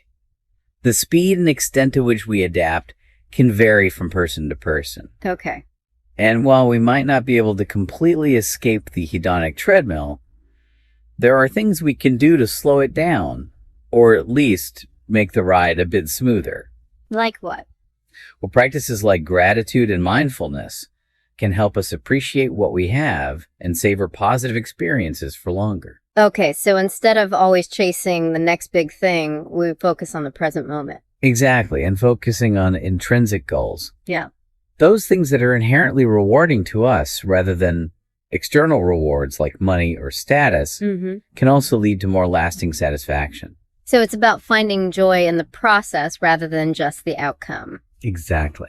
Now, I also want to talk about the happiness set point because I think this ties in with what we've been discussing. Yes, the happiness set point is another important concept. So what is it exactly? Well, research suggests that our baseline level of happiness is partially determined by our genes. Oh, really? Yeah, it's estimated that genetics account for about 50% of our happiness set point. So some people are just naturally predisposed to be happier than others. It seems that way. Okay, what about the other 50%? Well, external circumstances like our wealth, health, and relationships play a role. They contribute about 10%. Okay, so our genes and our circumstances make up about 60% of our happiness level. That's right. But here's the really empowering part. The remaining 40% is thought to be influenced by our intentional activities and the choices we make. Wow, so almost half of our happiness is within our control. Exactly. That's actually really encouraging. It is. It means that even if we have a genetic predisposition or are facing difficult circumstances, we still have a significant amount of agency in shaping our own well-being. So let's talk about some of those intentional activities. What are some evidence-based strategies that people can use to boost their happiness? Well, as we mentioned before, gratitude is a powerful tool, making a conscious effort to appreciate the good things in your life. Even the small things can have a big impact on your overall happiness. So like keeping a gratitude journal or just taking a few moments each day to reflect on what you're grateful for. Exactly. And another key strategy is to engage in activities that you find meaningful. Okay. Whether that's pursuing a hobby, volunteering for a cause you care about, or doing work that aligns with your values. So finding your purpose and living in alignment with it. Exactly. What about relationships? Relationships are essential for happiness. We've already talked about that. But it's worth emphasizing, again, spending quality time with loved ones, nurturing those connections is crucial. And expressing appreciation for those people. Absolutely. What about physical health? Well, taking care of your physical health is also incredibly important. Our minds and bodies are interconnected. So things like regular exercise, a healthy diet, and enough sleep all contribute to our overall well-being. So it's not just about feeling good mentally, it's also about feeling good physically. Exactly. And I imagine mindfulness and meditation can also play a role. Yes. Mindfulness and meditation are fantastic practices for cultivating a sense of calm and presence. They help us manage stress, regulate our emotions, and even change the structure of our brains in positive ways. And what about mindset? Mindset is huge.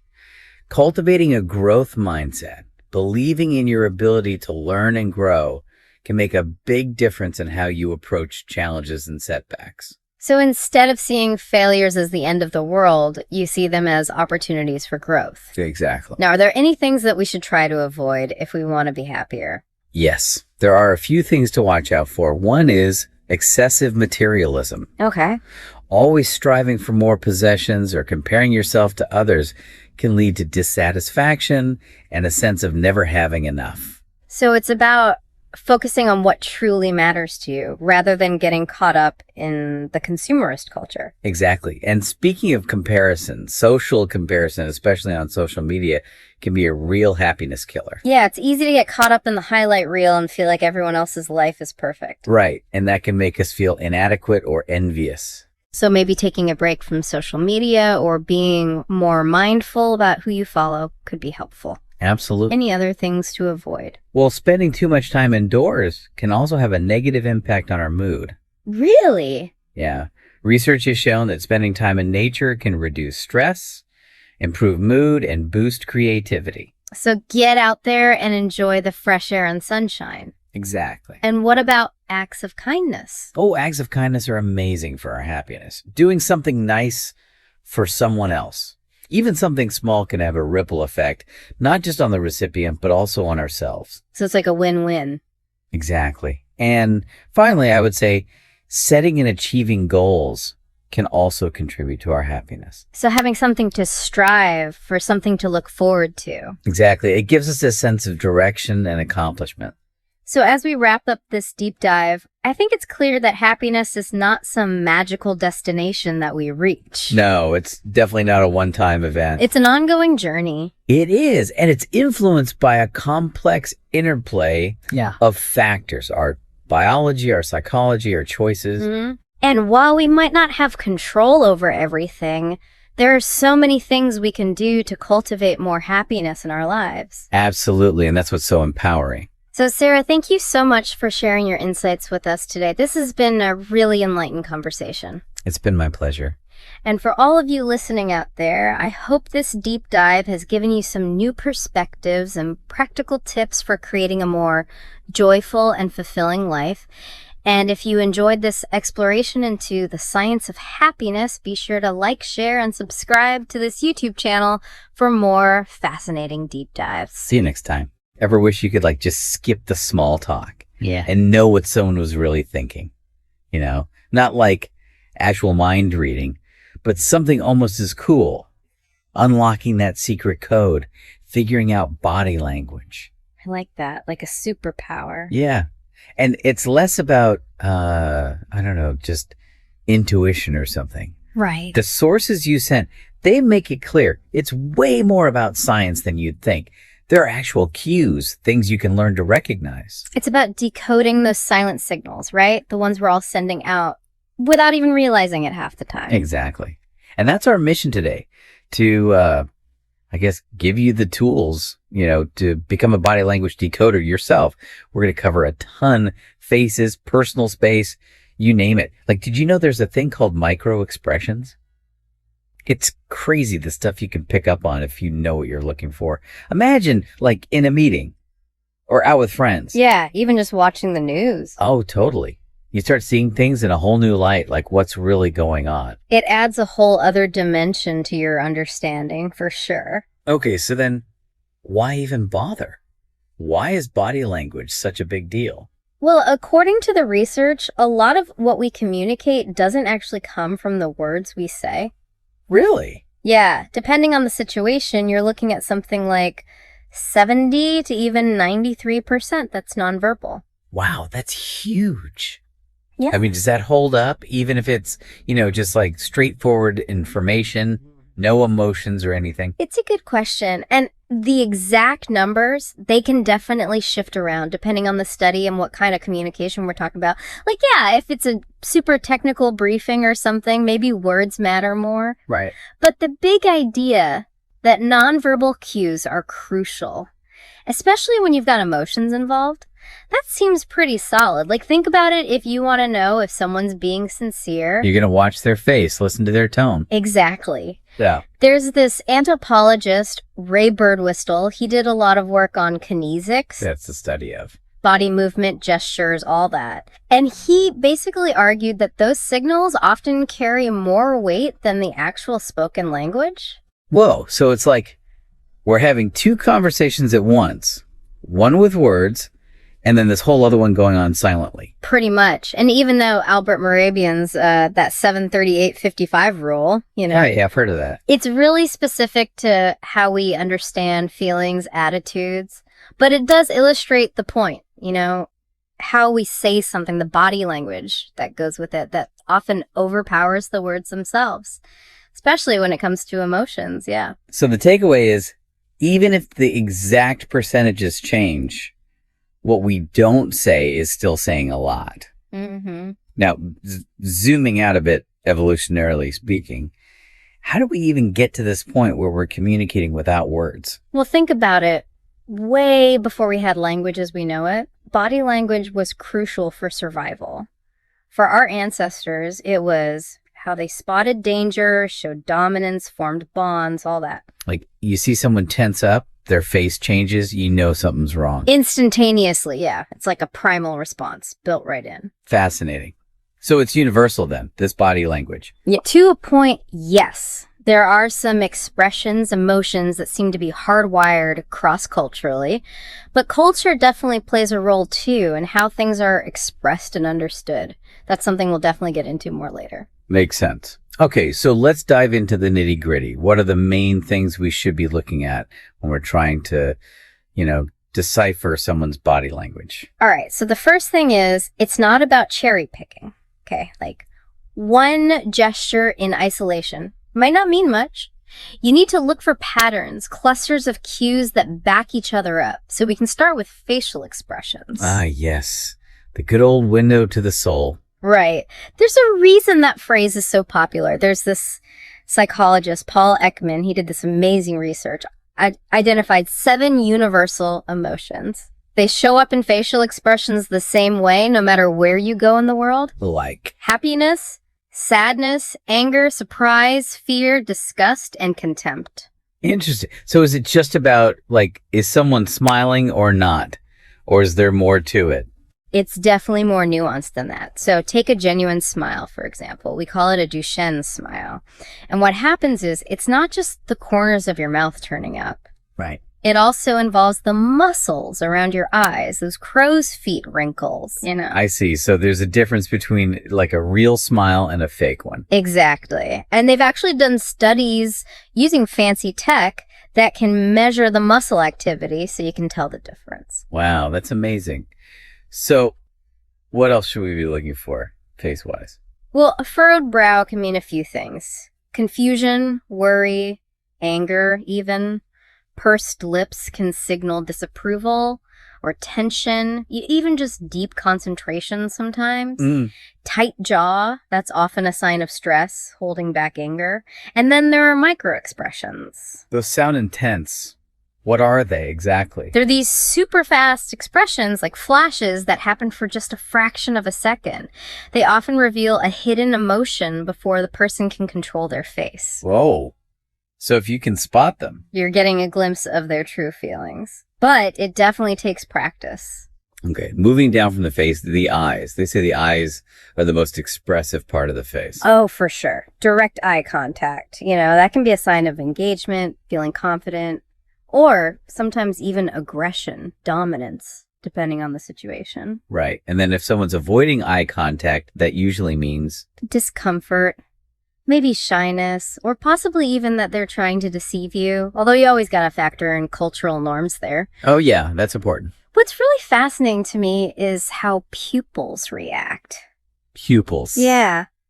So when something gets us excited or interested, good or bad excitement, our pupils actually get bigger. It's an automatic response tied to our emotions. And then rapid blinking. That can show nervousness or that someone's mind is racing. Steady gaze, on the other hand, that might mean they're really focused or even trying to intimidate you, depending. So much information packed into just the eyes. Now, what about how we hold our whole body, posture? Posture is a big one. Think about someone standing tall, shoulders relaxed, chest open. They seem confident, approachable. Right. That's an open posture. Now, flip that slumped shoulders, arms crossed tight across the chest. Closed off. Yeah, closed posture. Could be insecurity, maybe feeling defensive, not really engaged. Leaning in usually means interest. Leaning back, maybe they want some space, not so into it. And then there's mirroring. Oh, I've heard of that. That's when people subconsciously start copying each other's posture, movements. It's a sign of connection, building rapport. I've definitely noticed that, like when you really click with someone. Yeah, it happens naturally. Okay, so next, gestures. Hands, arms. How do those play into this whole body language thing? Yeah, I'm curious about that too. Like, what about open palms? Well, those are usually linked to honesty, sincerity, like, hey, I'm open, nothing to hide. Clenched fists, though, that's more tension, anger, ready to fight. Makes sense. What about pointing? Pointing can be used to emphasize, but it can also be seen as aggressive, even accusing, and then self-touching. Like what? Touching the face, neck, hair. It's often a way to self-soothe when we're anxious, uncomfortable. There's also a distinction between illustrators, those gestures that go along with our words, and adapters. Adapters. Those are the unconscious movements, like fidgeting, adjusting clothes. Those can signal underlying nervousness, maybe even that something's not quite right, So, like, if someone's fidgeting a lot, that could be a red flag. It could be. Yeah. All right, last but not least, personal space. Like, how close someone stands to you. Yeah, we all have that bubble. Proxemics is the fancy term. And there are actually different zones of personal space, from intimate, like super close, to social, more for acquaintances. So someone standing closer than what feels comfortable for your relationship, it could mean they're trying to dominate or be aggressive, or even that they're attracted to you, Interesting. And if they're way far away? Could be discomfort, maybe they're just aloof or don't trust you. And of course, cultural norms play a huge role in all this. Right. So it's like all these different levels of meaning just in how we position ourselves. Exactly. Oh, and we can't forget about the way we speak, too. The tone, speed, volume, that's all part of body language, too, even though technically it's called paralanguage. Right. Like a shaky voice. Could mean fear, nervousness, loud, forceful tone. Anger, trying to take charge.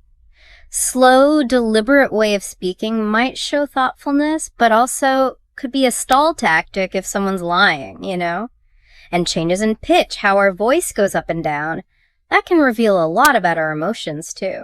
It's amazing how many layers there are to communication. Yeah. But I'm starting to see it's not about taking one gesture and saying, this means that. No, absolutely not. Context is everything. Right. So like, Arms crossed, maybe they're just cold. Exactly. You got to look at the whole situation, what's normal for that person, and are there other cues that match up? It's not like a body language dictionary. Nope. And then you've got cultural norms too. What's polite in one place might be rude somewhere else. Like in some East Asian cultures, not making direct eye contact is a sign of respect. But in the West, it can come off as shifty, you know? Yeah, good point. So you have to know who you're dealing with culturally. Very important. And it's super helpful to get a sense of someone's baseline behavior. Like, how do they usually sit? How much eye contact do they make? Once you know that, you can spot the changes, the things that might signal a shift in their mood, their intentions.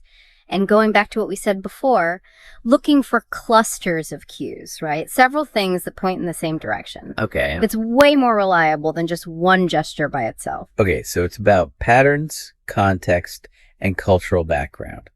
Now, let's talk about specific emotions. Like, what does happiness look like in terms of body language? So happiness, the main thing, is going to be that genuine smile, the Duchenne smile with the eyes involved. Usually relaxed posture, open gestures, kind of an upbeat vibe overall. But if the smile seems forced or their eyes aren't in it, could be they're hiding something else. Okay. What about sadness?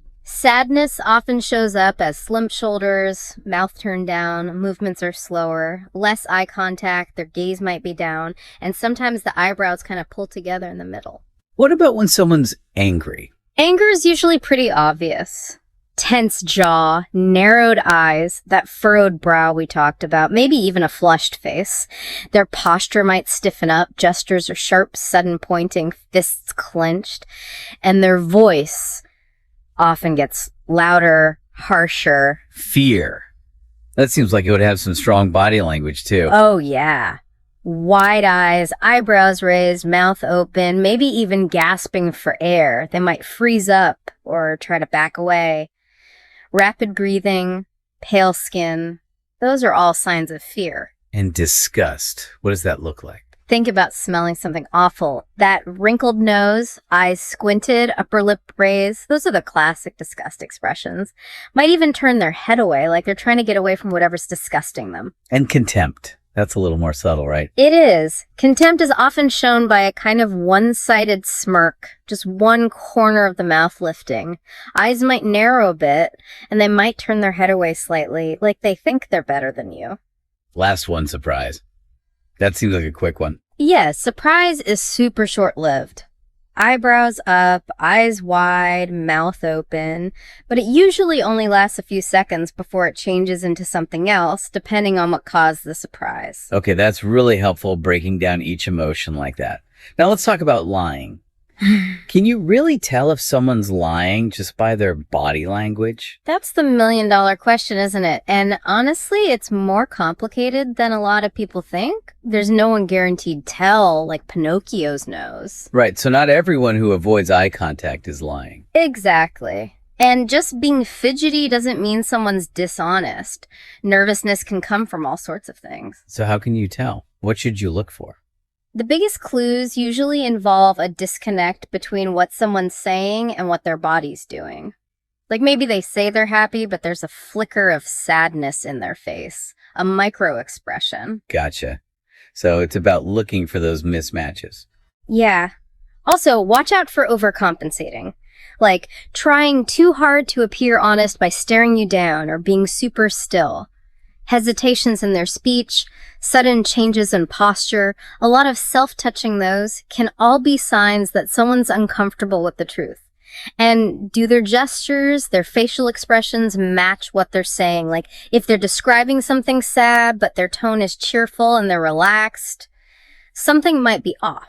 So again, it's about those inconsistencies more than any one specific gesture. Exactly. And it's super important to remember that what's considered deceptive in one culture might be totally normal in another. So you always have to take that into account. Right. Can't just assume everyone follows the same rules.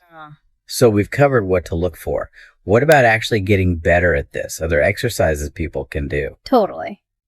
Like anything, practice makes perfect. One great tip, start paying attention to the people you see regularly.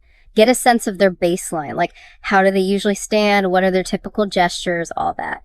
Then, if something changes, you'll notice. Become a people watcher. Basically, yeah. Go to a park, a cafe, whatever, and just observe people. Try to figure out their emotions, their relationships, based on their body language. Interesting. What else? Try mirroring someone subtly when you're talking to them. Oh, like we talked about earlier. Yep. Helps build rapport, but also makes you more aware of those cues. And ask calibration questions. Calibration questions. Questions where you already know the answer. That way, you can see how someone acts when they have no reason to lie. Gives you a benchmark for their truthful behavior. You can even record yourself during conversations. You might be surprised what you notice. Like things you're doing that you didn't even realize. Exactly. And lastly, try watching a show or movie with the sound off. Just focus on the body language. See if you can guess what's going on. Then turn the sound back on and see how well you did. Cool. So now switching gears a bit, how does knowing all this actually help us in real life? Well, in relationships, it can make you more empathetic. You'll start to pick up on unspoken needs, see when someone's upset, even if they don't say it. That's huge. At work, it can boost your communication skills. You'll be able to tell if your audience is engaged or if they're tuning you out. And you said negotiations too. Oh, yeah. It can be really helpful in negotiations. You can get a sense of someone's true position, see if they're bluffing. And just in general, you start to understand social dynamics better. Who's in charge, who's following, who's interested, who's not. Makes sense.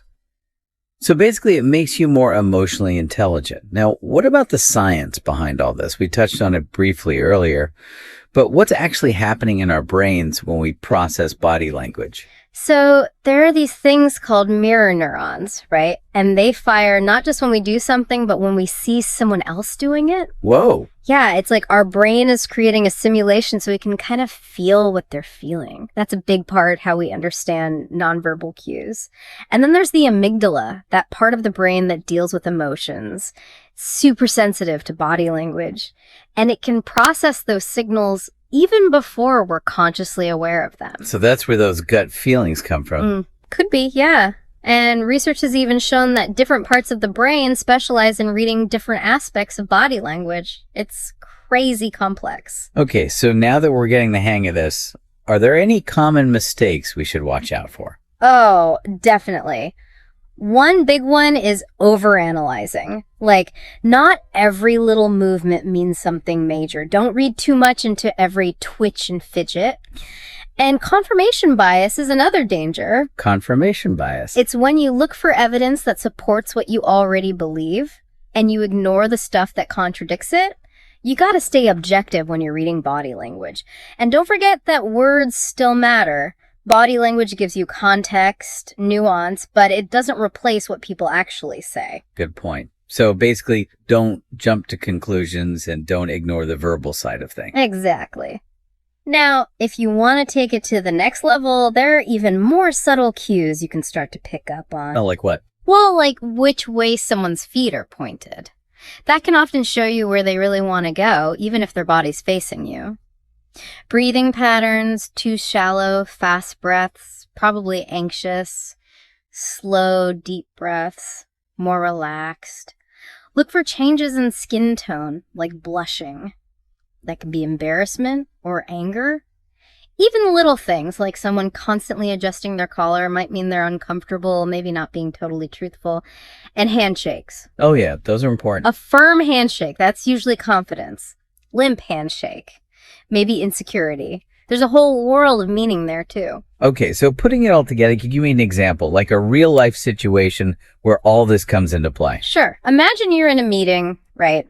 And your colleague's presenting a new idea. They seem confident, good eye contact, all that. But they keep touching their neck, shifting their weight. Their smile doesn't quite reach their eyes, and their feet are pointed towards the door. And when you ask them a tough question, their voice gets higher. They start saying, and a lot. I see. Now, any one of those things on its own might not mean much, but taken together, it paints a different picture. Yeah, like they're not as confident as they're trying to appear. Right. They're nervous, maybe not sure about their own idea, and probably just want to get out of there. So by looking at the whole package, you get a much better understanding of what's really going on. That's such a good example. So as we wrap up this deep dive into body language, what's the most important thing you want people to remember?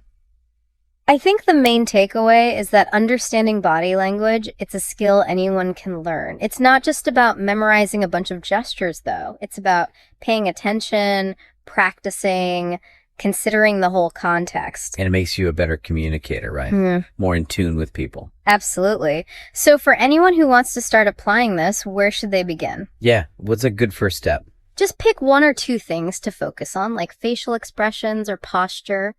Start observing those in your everyday interactions. The more you do it, the more natural it'll become. Small steps. And the payoff. You start to see beyond the words, you know? You get those deeper insights into what people are really thinking and feeling. And that can transform your relationships, your work, everything. Wow, that's powerful. So as you go about your day, think about all the ways you communicated without even saying a word. And maybe the messages you might have missed. What will you see differently now? That's a great question to ponder. Thanks so much for joining us. English Speaking Podcast.